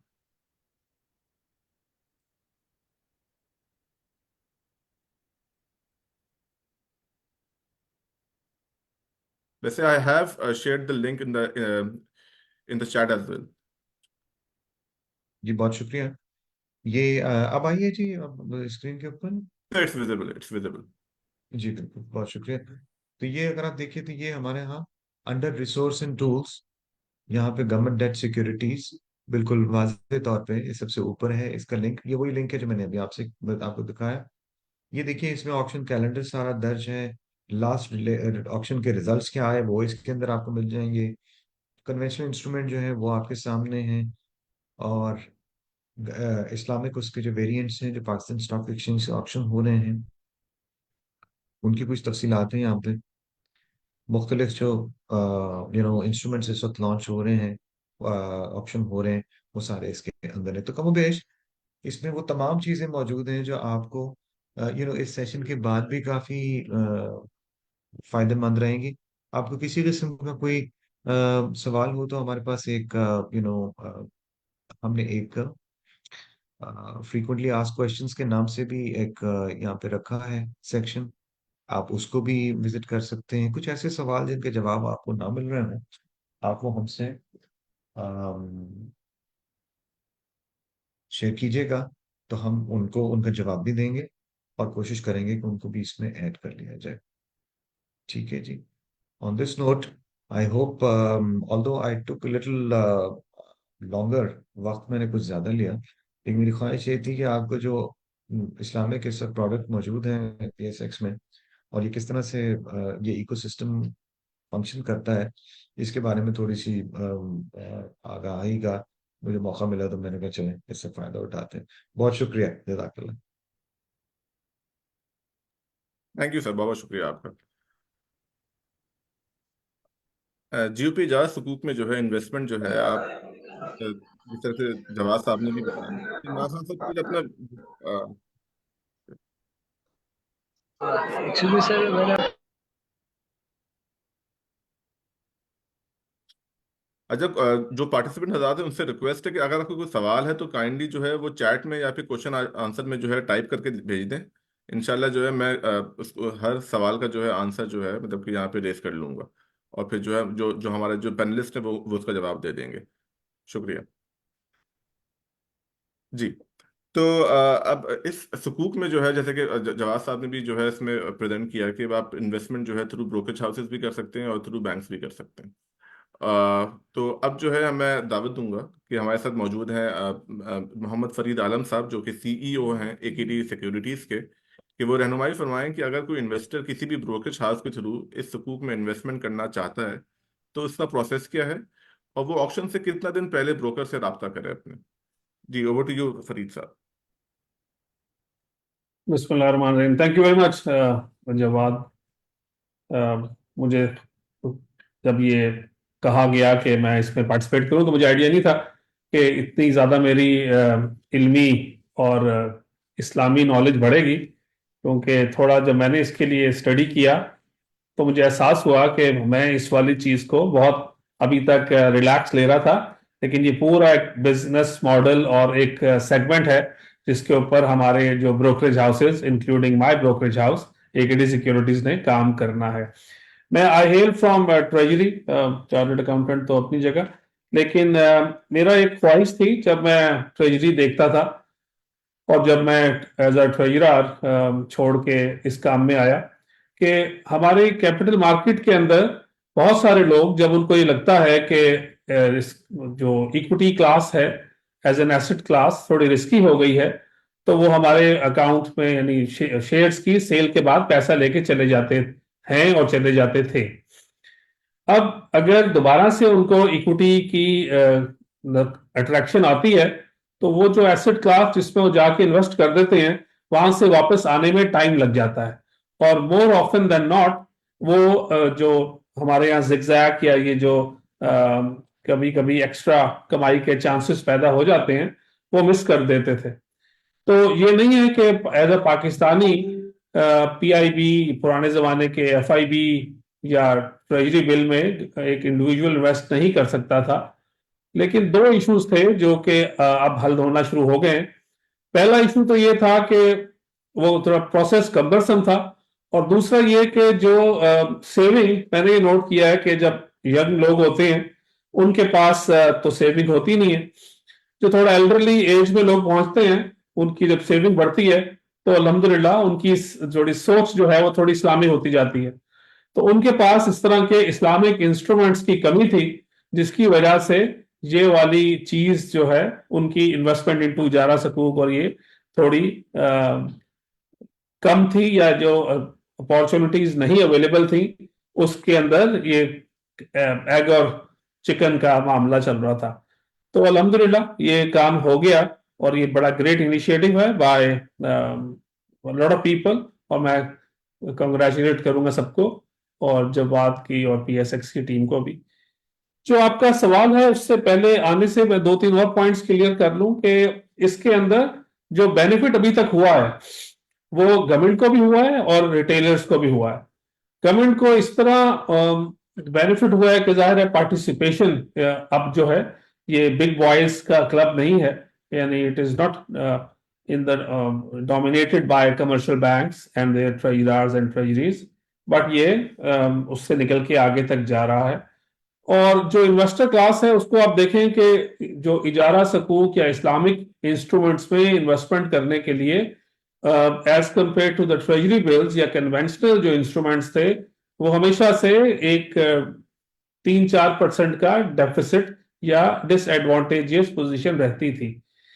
अब ओवर द पीरियड आपने नोट किया होगा ये 4 जो ऑक्शंस हुए, इसी में अगर हम देख लें तो जो 1 ईयर वाले को मैं अगर बेस बनाऊं जिसमें रिटेलर का ज्यादा इंटरेस्ट है, वो डिफरेंस फ्रॉम 2 to 3% नैरो होके अब वो लेस देन 1% या 0.5% हो गया है। तो रिटेल इन्वेस्टर को इस इंस्ट्रूमेंट की वजह से एक अच्छा रिटर्न मिल रहा है। और क्योंकि ये रेंट सीकिंग या मैं इसको उस तरफ नहीं ले जाता, मतलब पाकिस्तान में अभी क्योंकि इंटरेस्ट रेट हाई है, इन्फ्लेशन हाई है, तो इस तरह की जो फिक्स्ड या वेरिएबल, जिस तरह मुफ्ती साहब ने बड़ा अच्छा एक्सप्लेन कर दिया, मेरी भी हमेशा से ये कम इल्मी थी कि फिक्स्ड वाला कैसे होता है इस्लामिक और शरिया कंप्लाइंट। वो एक छोटी सी एग्जांपल देके उन्होंने बहुत क्लियर कर दिया मुझे। तो आज मैं सोच रहा था कि आज नफिल मैं कम पढ़ूंगा क्योंकि मैंने आज एक ऐसी चीज सीख ली है जो मुझे और आइंदा आने वाले टाइम में काम आएगी। जो हमारी जिस तरह अगर मैं रिप्रेजेंटिंग एकेडी सिक्योरिटीज, हमारी जो क्लाइंट बेस है या जो मार्केट जो पार्टिसिपेशन है थ्रू वो का तो माशाल्लाह सबसे ज्यादा है। हमारे पास एक 30-40-50 हजार क्लाइंट्स हैं जो कि स्टॉक मार्केट में इन्वेस्ट करते हैं हमारे थ्रू या कर सकते हैं। तो और अगर इस जो प्रोडक्ट का बेसिक मकसद ही पेनिट्रेशन इनटू द मासेस और रिटेलर्स को मुतहर्रिक करना है, और जिस तरह पहले ये 1 लाख रुपए का रखा था पार्टिसिपेशन, फिर उसको 5,000 कर दिया गया, तो ये सारी चीजें जो हैं वो पॉइंट आउट करती हैं to the regulators mindset and GOP mindset कि वो चाहते हैं कि ये डायरेक्ट जो इन्वेस्टमेंट है इनटू इजारा लोग करें। तो एक तो यह है कि इंटरमीडियरी से कम होता है। आप अगर एज अ पाकिस्तानी आपको अलाउड है एक इजारा सकूक में डायरेक्ट इन्वेस्ट करना ऑन लेसर खर्चा than as compare to going to achieve the same objective when you invest in a mutual fund या when you give your amount in to a Islamic bank, तो एक तो ये वाला एक Avenue open हो गया। दूसरा ये कि जो कम्पिटिटिव और नॉन कम्पिटिटिव बिड का जो कॉन्सेप्ट है वो एक बड़ा मजेदार है, अभी लोग थोड़ा समझ रहे हैं और सीख रहे हैं। और मुझे खुशी होती है कि हमारी जो बहनें माएँ हैं जो कि कमेटी सिस्टम और ये जो सेविंग को बहुत ज्यादा कंट्रोल करती हैं हाउस होल्ड्स की, उनके सवाल जवाब आना शुरू हो गए हैं।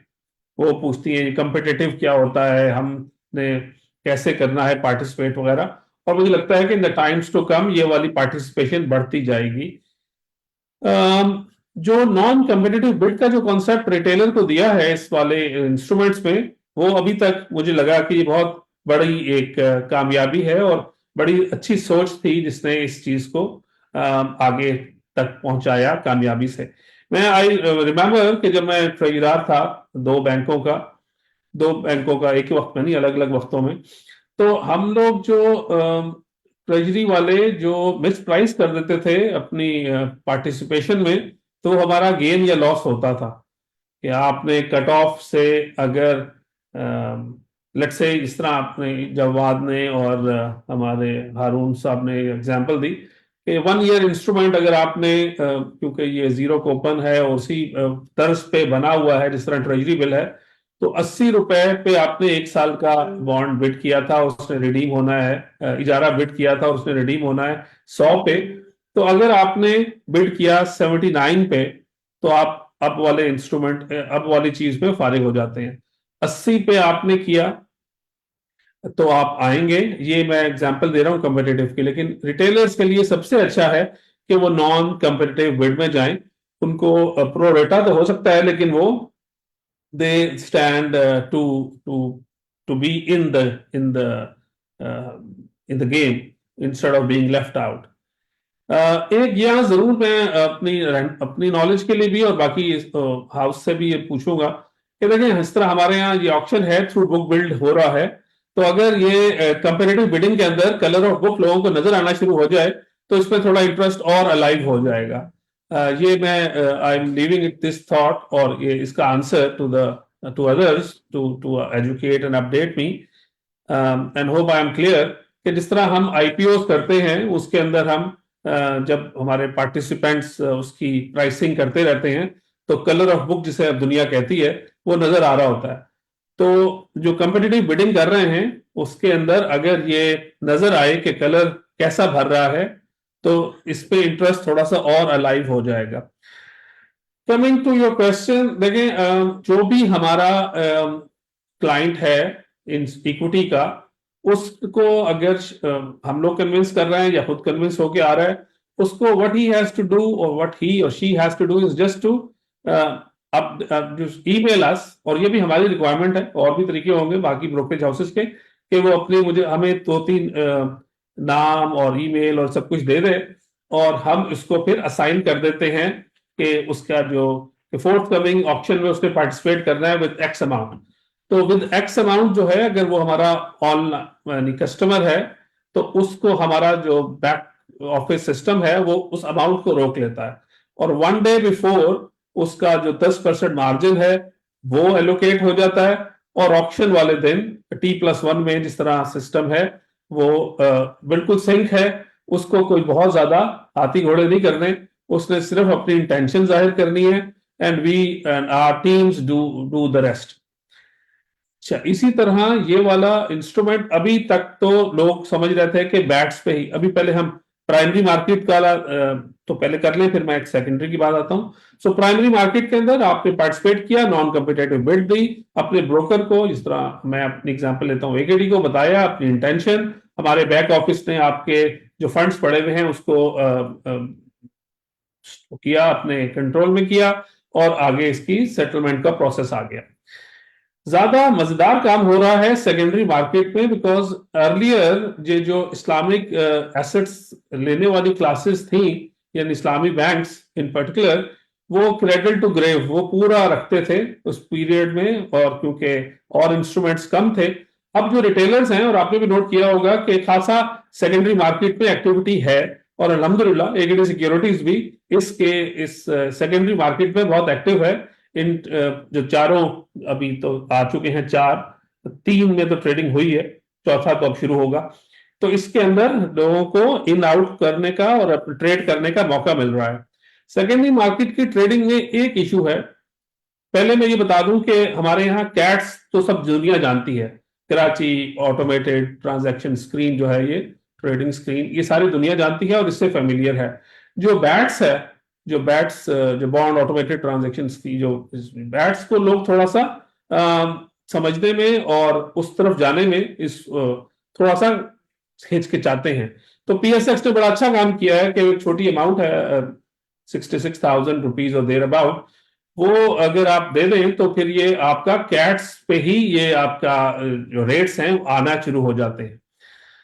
ये मुझे इस सेमिनार की बरकत से ये आइडिया हुआ, वरना मैं तो, हमारे जो लोग हैं वो अभी बैट सी स्क्रीन चला रहे थे, तो ये मुझे इस का फायदा हुआ, और हमने आज ही सुबह सुबह अपने आप को कैट्स की तरफ ले गया।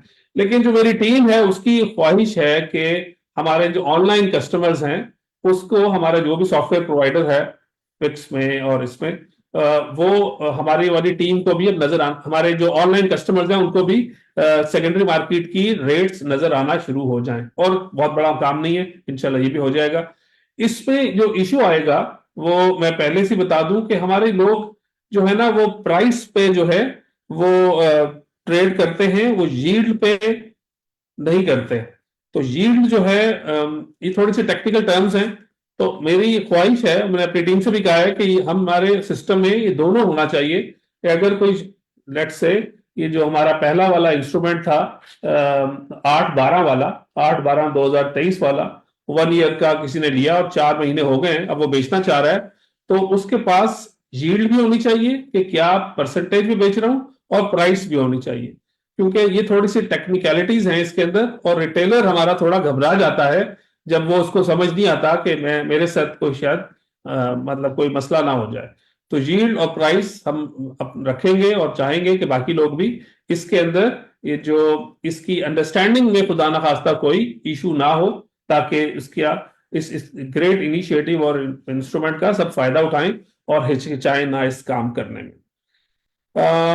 देखिए इस वाले इंस्ट्रूमेंट को जो हम लोग अपने पास और बाकी ब्रोकरेज हाउसेस भी जो इसमें काम कर रहे हैं इसको ज़ाहिरन एज एन एसेट लेते हैं एज तो हम इसके ऊपर इसको अनलाइक यानी इसको बिल्कुल उसी तरह तस्वुर कर रहे हैं जिस तरह हमारा शेयर्स के अंदर ये पड़ा हुआ है। बल्कि खैर शेयर के अंदर तो प्राइसिंग ऊपर नीचे होती है, इसकी जो प्राइसिंग है जो वोलेटिलिटी है आपको पता है कि बिल्कुल ना होने के बराबर है।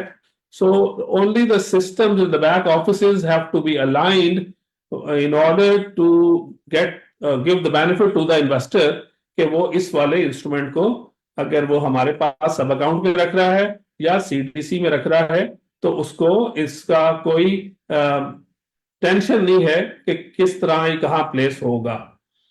जो अभी जवाद हाशमी ने बड़े अच्छे 2 उर्दू के लफ्ज इस्तेमाल किए, शनासा और गर्दान सकते हैं।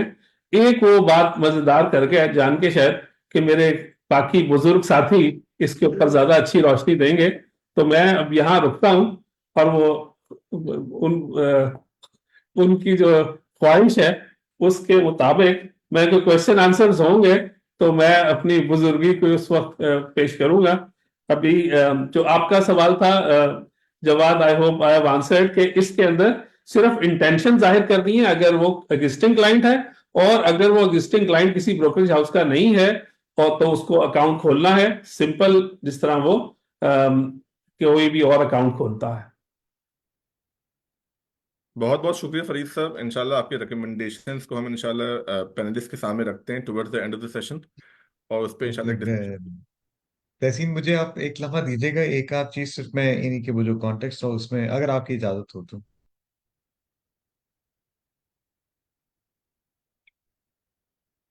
जी सर प्लीज।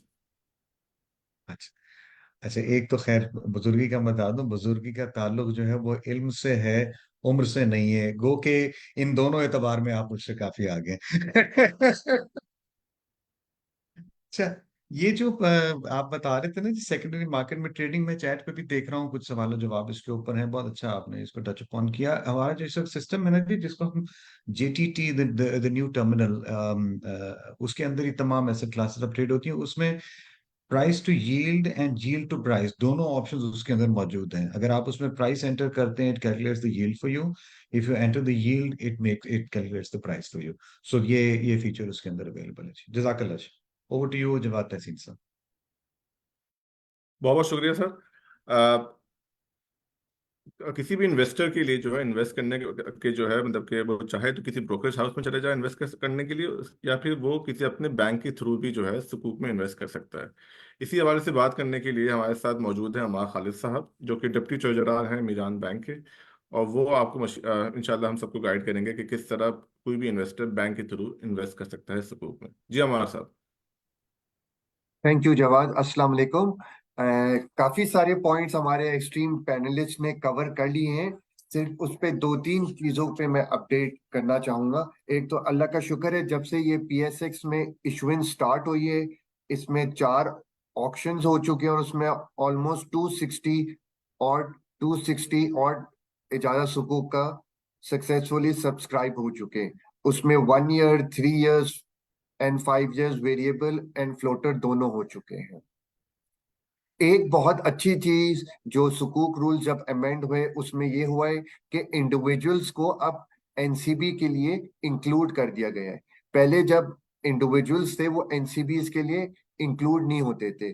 तो जिस तरह हमारे पैनलिस्ट ने कहा, वहां से भी हमें काफी सारी पार्टिसिपेशन मिल रही है और एनसीबी के लिए भी काफी सफिशिएंट लिमिट है, 0.25% है ऑफ द टारगेट अमाउंट। तो हैंडसम होती है, 10 बिलियन का हमारा टारगेट अमाउंट होता है, तो अराउंड 25 मिलियन तक वो एनसीबीज में पार्टिसिपेट कर सकते हैं इंडिविजुअली।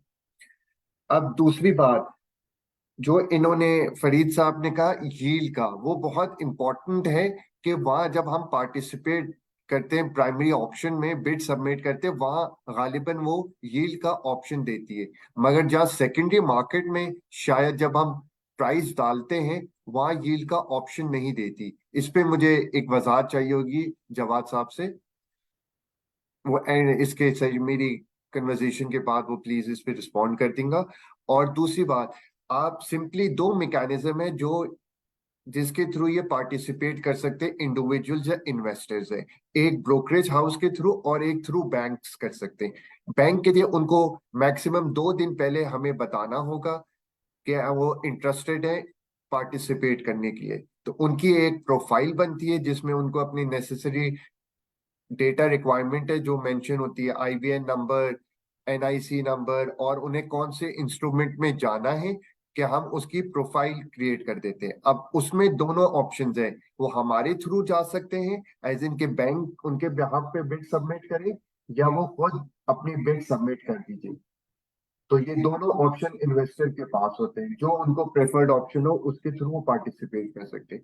मगर एक सिर्फ इम्पोर्टेंट नेसेसरी रिक्वायरमेंट है कि उनका PSX में अकाउंट होना, CDC अकाउंट होना जरूरी है। पार्टिसिपेशन के वक्त जरूरी नहीं है, मगर विद इन, अगर उनका सक्सेसफुल हो गया, after 40 days, with in 40 days उन्होंने वो CDC अकाउंट खुलवाना है, क्योंकि उसमें वो सिक्योरिटी उनके अकाउंट में ट्रांसफर हो जाए। बाकी पॉइंट्स तो हमारे पैनलिस्ट डिस्कस कर चुके। अगर कोई और वजाहत की जरूरत है तो मुझे बताइए। बहुत बहुत शुक्रिया अमार साहब। आपके जो आपने क्वेरी रेज करी है वो इंशाल्लाह हम जवाद साहब से डिस्कस मतलब के सामने प्रेजेंट करते हैं और जवाद साहब को से रिक्वेस्ट करते हैं कि अगर वो उसका जवाब दे दें। जी बिल्कुल। ये हमारे पास ही सेकेंडरी मार्केट में जब आप ट्रेड करते हैं इस इंस्ट्रूमेंट में, तो दोनों ऑप्शंस हैं जी, प्राइस टू यील्ड की भी है और यील्ड टू प्राइस की भी है। At the time of ordering the screen के अंदर जब आप ऑर्डर एंटर इन कर रहे होते हैं, तो आपको बड़ा वाज़ेह पता चल जाता है कि आप इस प्राइस के ऊपर आपको यील्ड क्या मिल रही है या इस यील्ड के ऊपर आपको क्या प्राइस देना होगा जी। बहुत बहुत शुक्रिया। तो ओके, जवाब थैंक जो फरीद साहब की जो रिकमेंडेशंस थी दो, एक तो ओपन बिडिंग प्रोसेस के हवाले से और जो है जो सेकेंडरी मार्केट के जो रेट्स होते हैं उसकी विजिबिलिटी के हवाले से, तो उस पे आपका क्या पॉइंट ऑफ व्यू है? पहला सवाल आपका मैं पूरी तरह सुन नहीं सका, दूसरा विजिबिलिटी वाला तो मैंने सुन लिया, जरा प्लीज रिपीट करेंगे। तो पहला सवाल तो ओपन बिडिंग का कि मतलब कि जब अभी जो जिस तरह बुक रनर का प्रोसेस जो होता है कि जिसमें आपकी तमाम बिट्स विजिबल होती हैं, तो उस हवाले से। हाँ नहीं, अच्छी सजेशन है और इससे वो एक मोमेंटम या आप समझ लीजिए एक विजिबिलिटी बढ़ेगी, एक्साइटमेंट बढ़ेगी। लेकिन इसका जवाब तो सैयद हारून किदवाई देंगे, जी, क्योंकि इसका मैं थोड़ा सा जवाब देना भी चाहूंगा। ठीक है। मैं दूसरा दूसरा जो हिस्सा है उसके ऊपर थोड़ा सा बता दूं जी। फरीद साहब आप प्लीज, यू बीइंग द, जिसको कहते हैं ना, इस मामले में आप बिल्कुल फ्रंट रनर हैं in in terms of the technology. You are always leading others ahead of others when it comes to technology. So आप please get in touch with our technical team. We are already working on it with various other brokerage houses to provide this feed onto the fix so that you can make it available for your online customers who can, you know, online वो account भी खोलें और उसके बाद trading भी online आपके साथ वो कर सकें. तो please reach out to us. So भाई साहब, ओवर टू यू.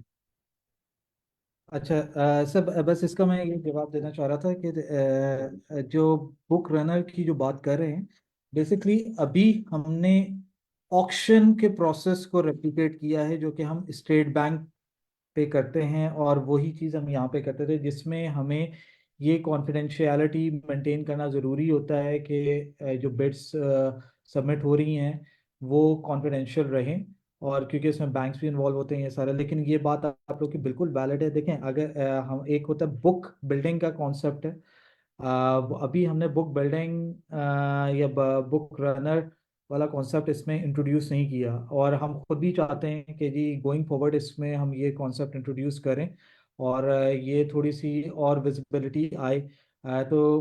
लेकिन उसका थोड़ा सा मैकेनिज्म और जो प्रोसेस है वो ऑक्शन नहीं कहलाएगा, ऑब्वियसली टेक्निकल टर्म्स में अगर मैं बात करूं तो वो बुक बिल्डिंग कहलाएगा, और वो इंशाल्लाह वो उसका भी हमारा प्लान है कि हम उसे लॉन्च करेंगे जल्दी। बहुत बहुत शुक्रिया हारून साहब। अच्छा, कुछ क्वेरीज हैं, जैसे कि एक हमारे एक सवाल आया है, so just to clear my understanding, as a retail investor non competitive bid is preferred for us and we can bid through either opening account in a brokerage house और through a bank. Once bid is confirmed an account has to be opened in CDC. Is my understanding correct? इसमें अगर जवाब साहब आप थोड़ी clarity डाल दें कि अगर जिस आदमी का जो है अकाउंट नहीं है CDC में at the time of auction, तो उसका प्रोसेस, उसका एक शॉर्ट प्रोसीजर क्या है? बहुत शॉर्ट और सिंपल है जी.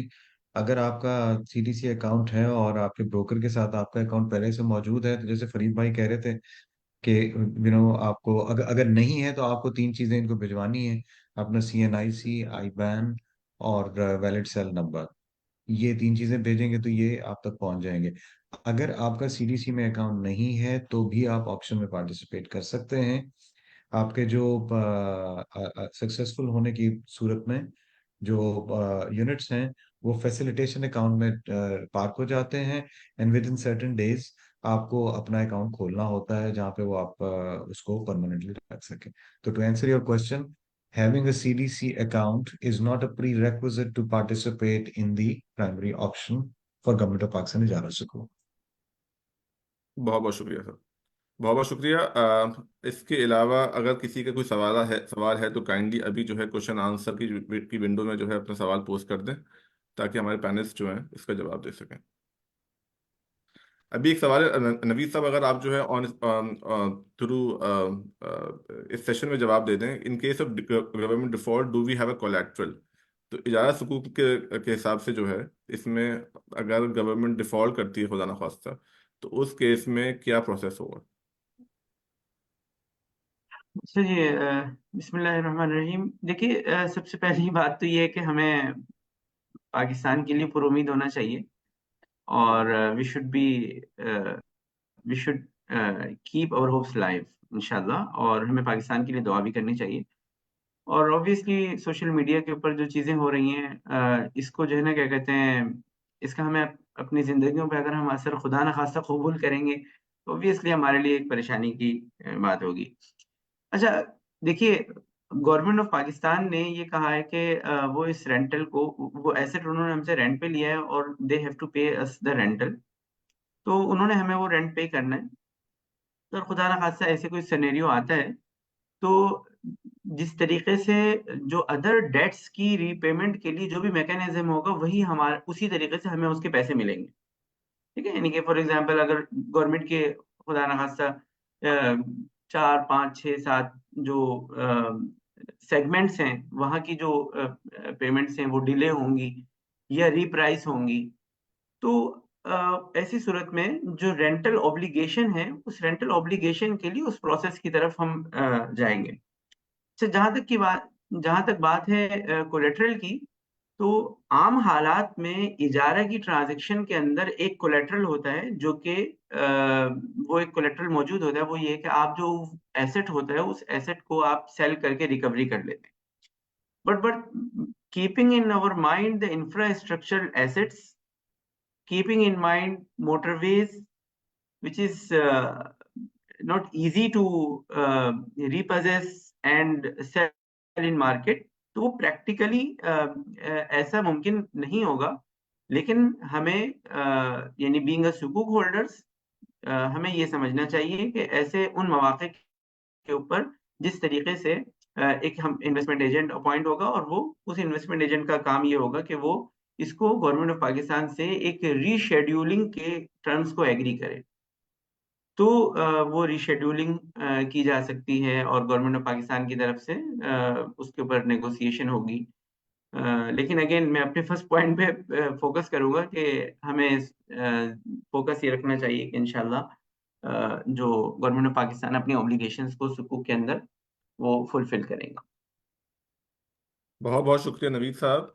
जवाद हाशमी साहब, एक और सवाल अभी आया है कि अगर किसी कस्टमर ने जो है वो सीडीसी अकाउंट खोले बगैर इन्वेस्ट कर लिया सुकूक में, और 40 डेज से पहले जो है उसको उस सुकूक को सेकेंडरी मार्केट में सेल करना है, तो इसके लिए क्या उसको सीडीसी अकाउंट फिर से खुलवाना है?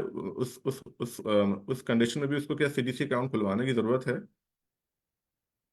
जी, मेरे इल्म के मुताबिक उस केस में भी जरूरत है, क्योंकि सेकेंडरी मार्केट में ट्रेड करने के लिए आपके पास एक वैलिड सीडीसी अकाउंट होना और एक वैलिड यूआईएन की मौजूदगी जरूरी है।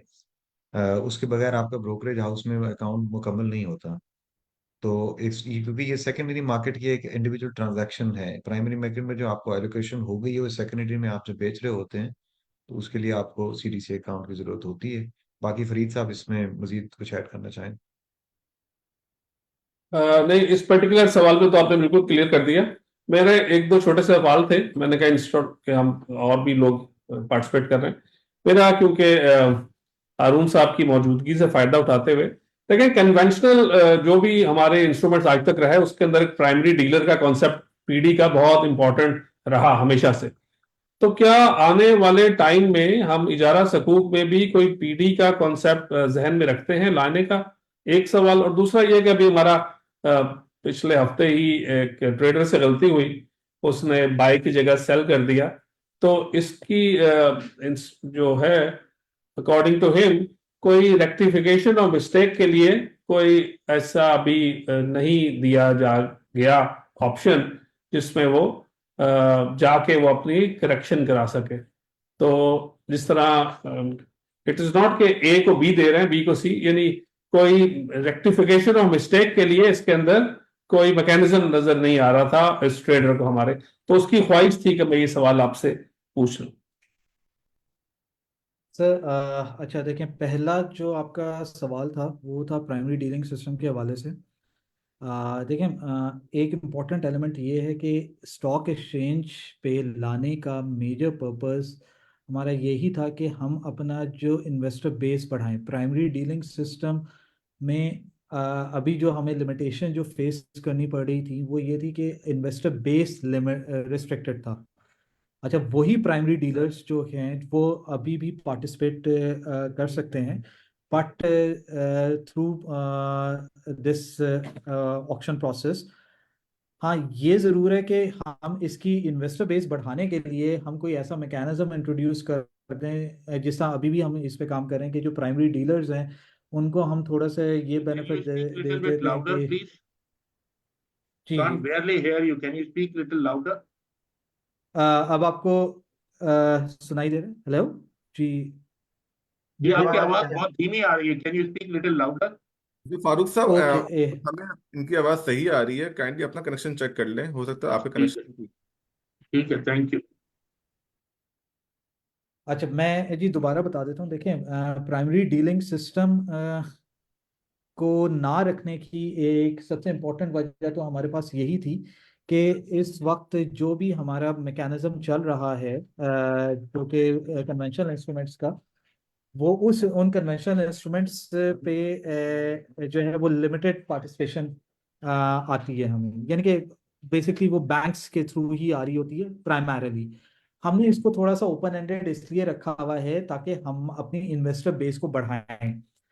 गोइंग फॉरवर्ड ये ज़रूर है, अभी अभी भी बल्कि ये चीज़ हुई जो इन प्रोसेस है, और बल्कि इस चीज़ को ज़्यादा देखा जा रहा है कि जो बैंक्स हैं उनको जो प्राइमरी डीलर हैं ऑलरेडी और वो यहाँ पे पार्टिसिपेट करते हैं, तो उनको थोड़े से बेनिफिट्स हो रहे होते हैं from the perspective of the participation, कि उनको अभी हम ये भी शायद उनके margin requirements and all these things, ये हम उन्हें वहाँ पे जो है उसमें थोड़ा सा फ़ायदा दे रहे होते हैं।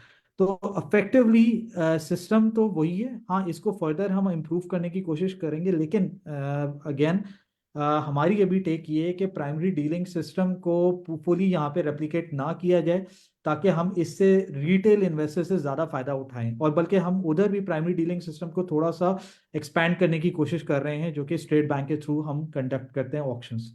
पहली तो बात ये थी। अगर ये दूसरा क्वेश्चन जो है वो अगर आप रिपीट करते हैं तो मैं जी, अभी बता दूं। असल में ये जो पीडी मैंने जिक्र किया वो इसलिए किया कि जो as compare to a commercial bank, जो ब्रोकरेज हाउस थोड़ा डिसएडवांटेजियस पोजीशन में है, वो 10% मार्जिन की वजह से, अगर कोई ऐसा वेरिएबल हो जिससे ये जो लोग ज्यादा प्राइमरी और सेकेंडरी मार्केट में काम कर रहे हैं उनको नजर आए कि in the times to come उनको ये मार्जिन रिक्वायरमेंट वेव ऑफ हो जाएगी, तो हमें light at the end of tunnel नजर आना शुरू हो जाए।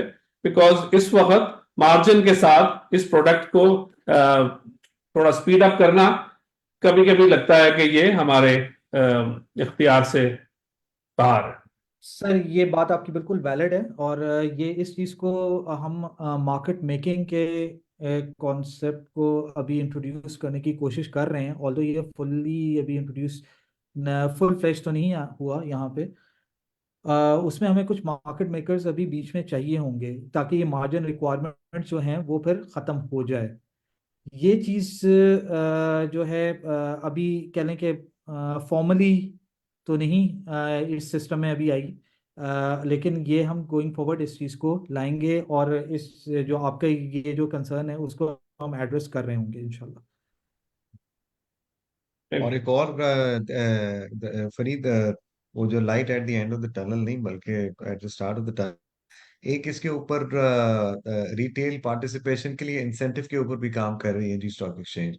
तो that will be an additional benefit for the brokerage houses who encourage the retail participation in this very instrument.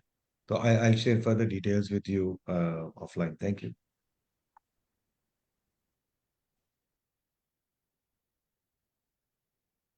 चलिए, बहुत बहुत शुक्रिया तमाम पैनलिस्ट का, बिकॉज ऑलमोस्ट सारे सवालात जो हैं वो उनका जवाबात वो हो गए हैं।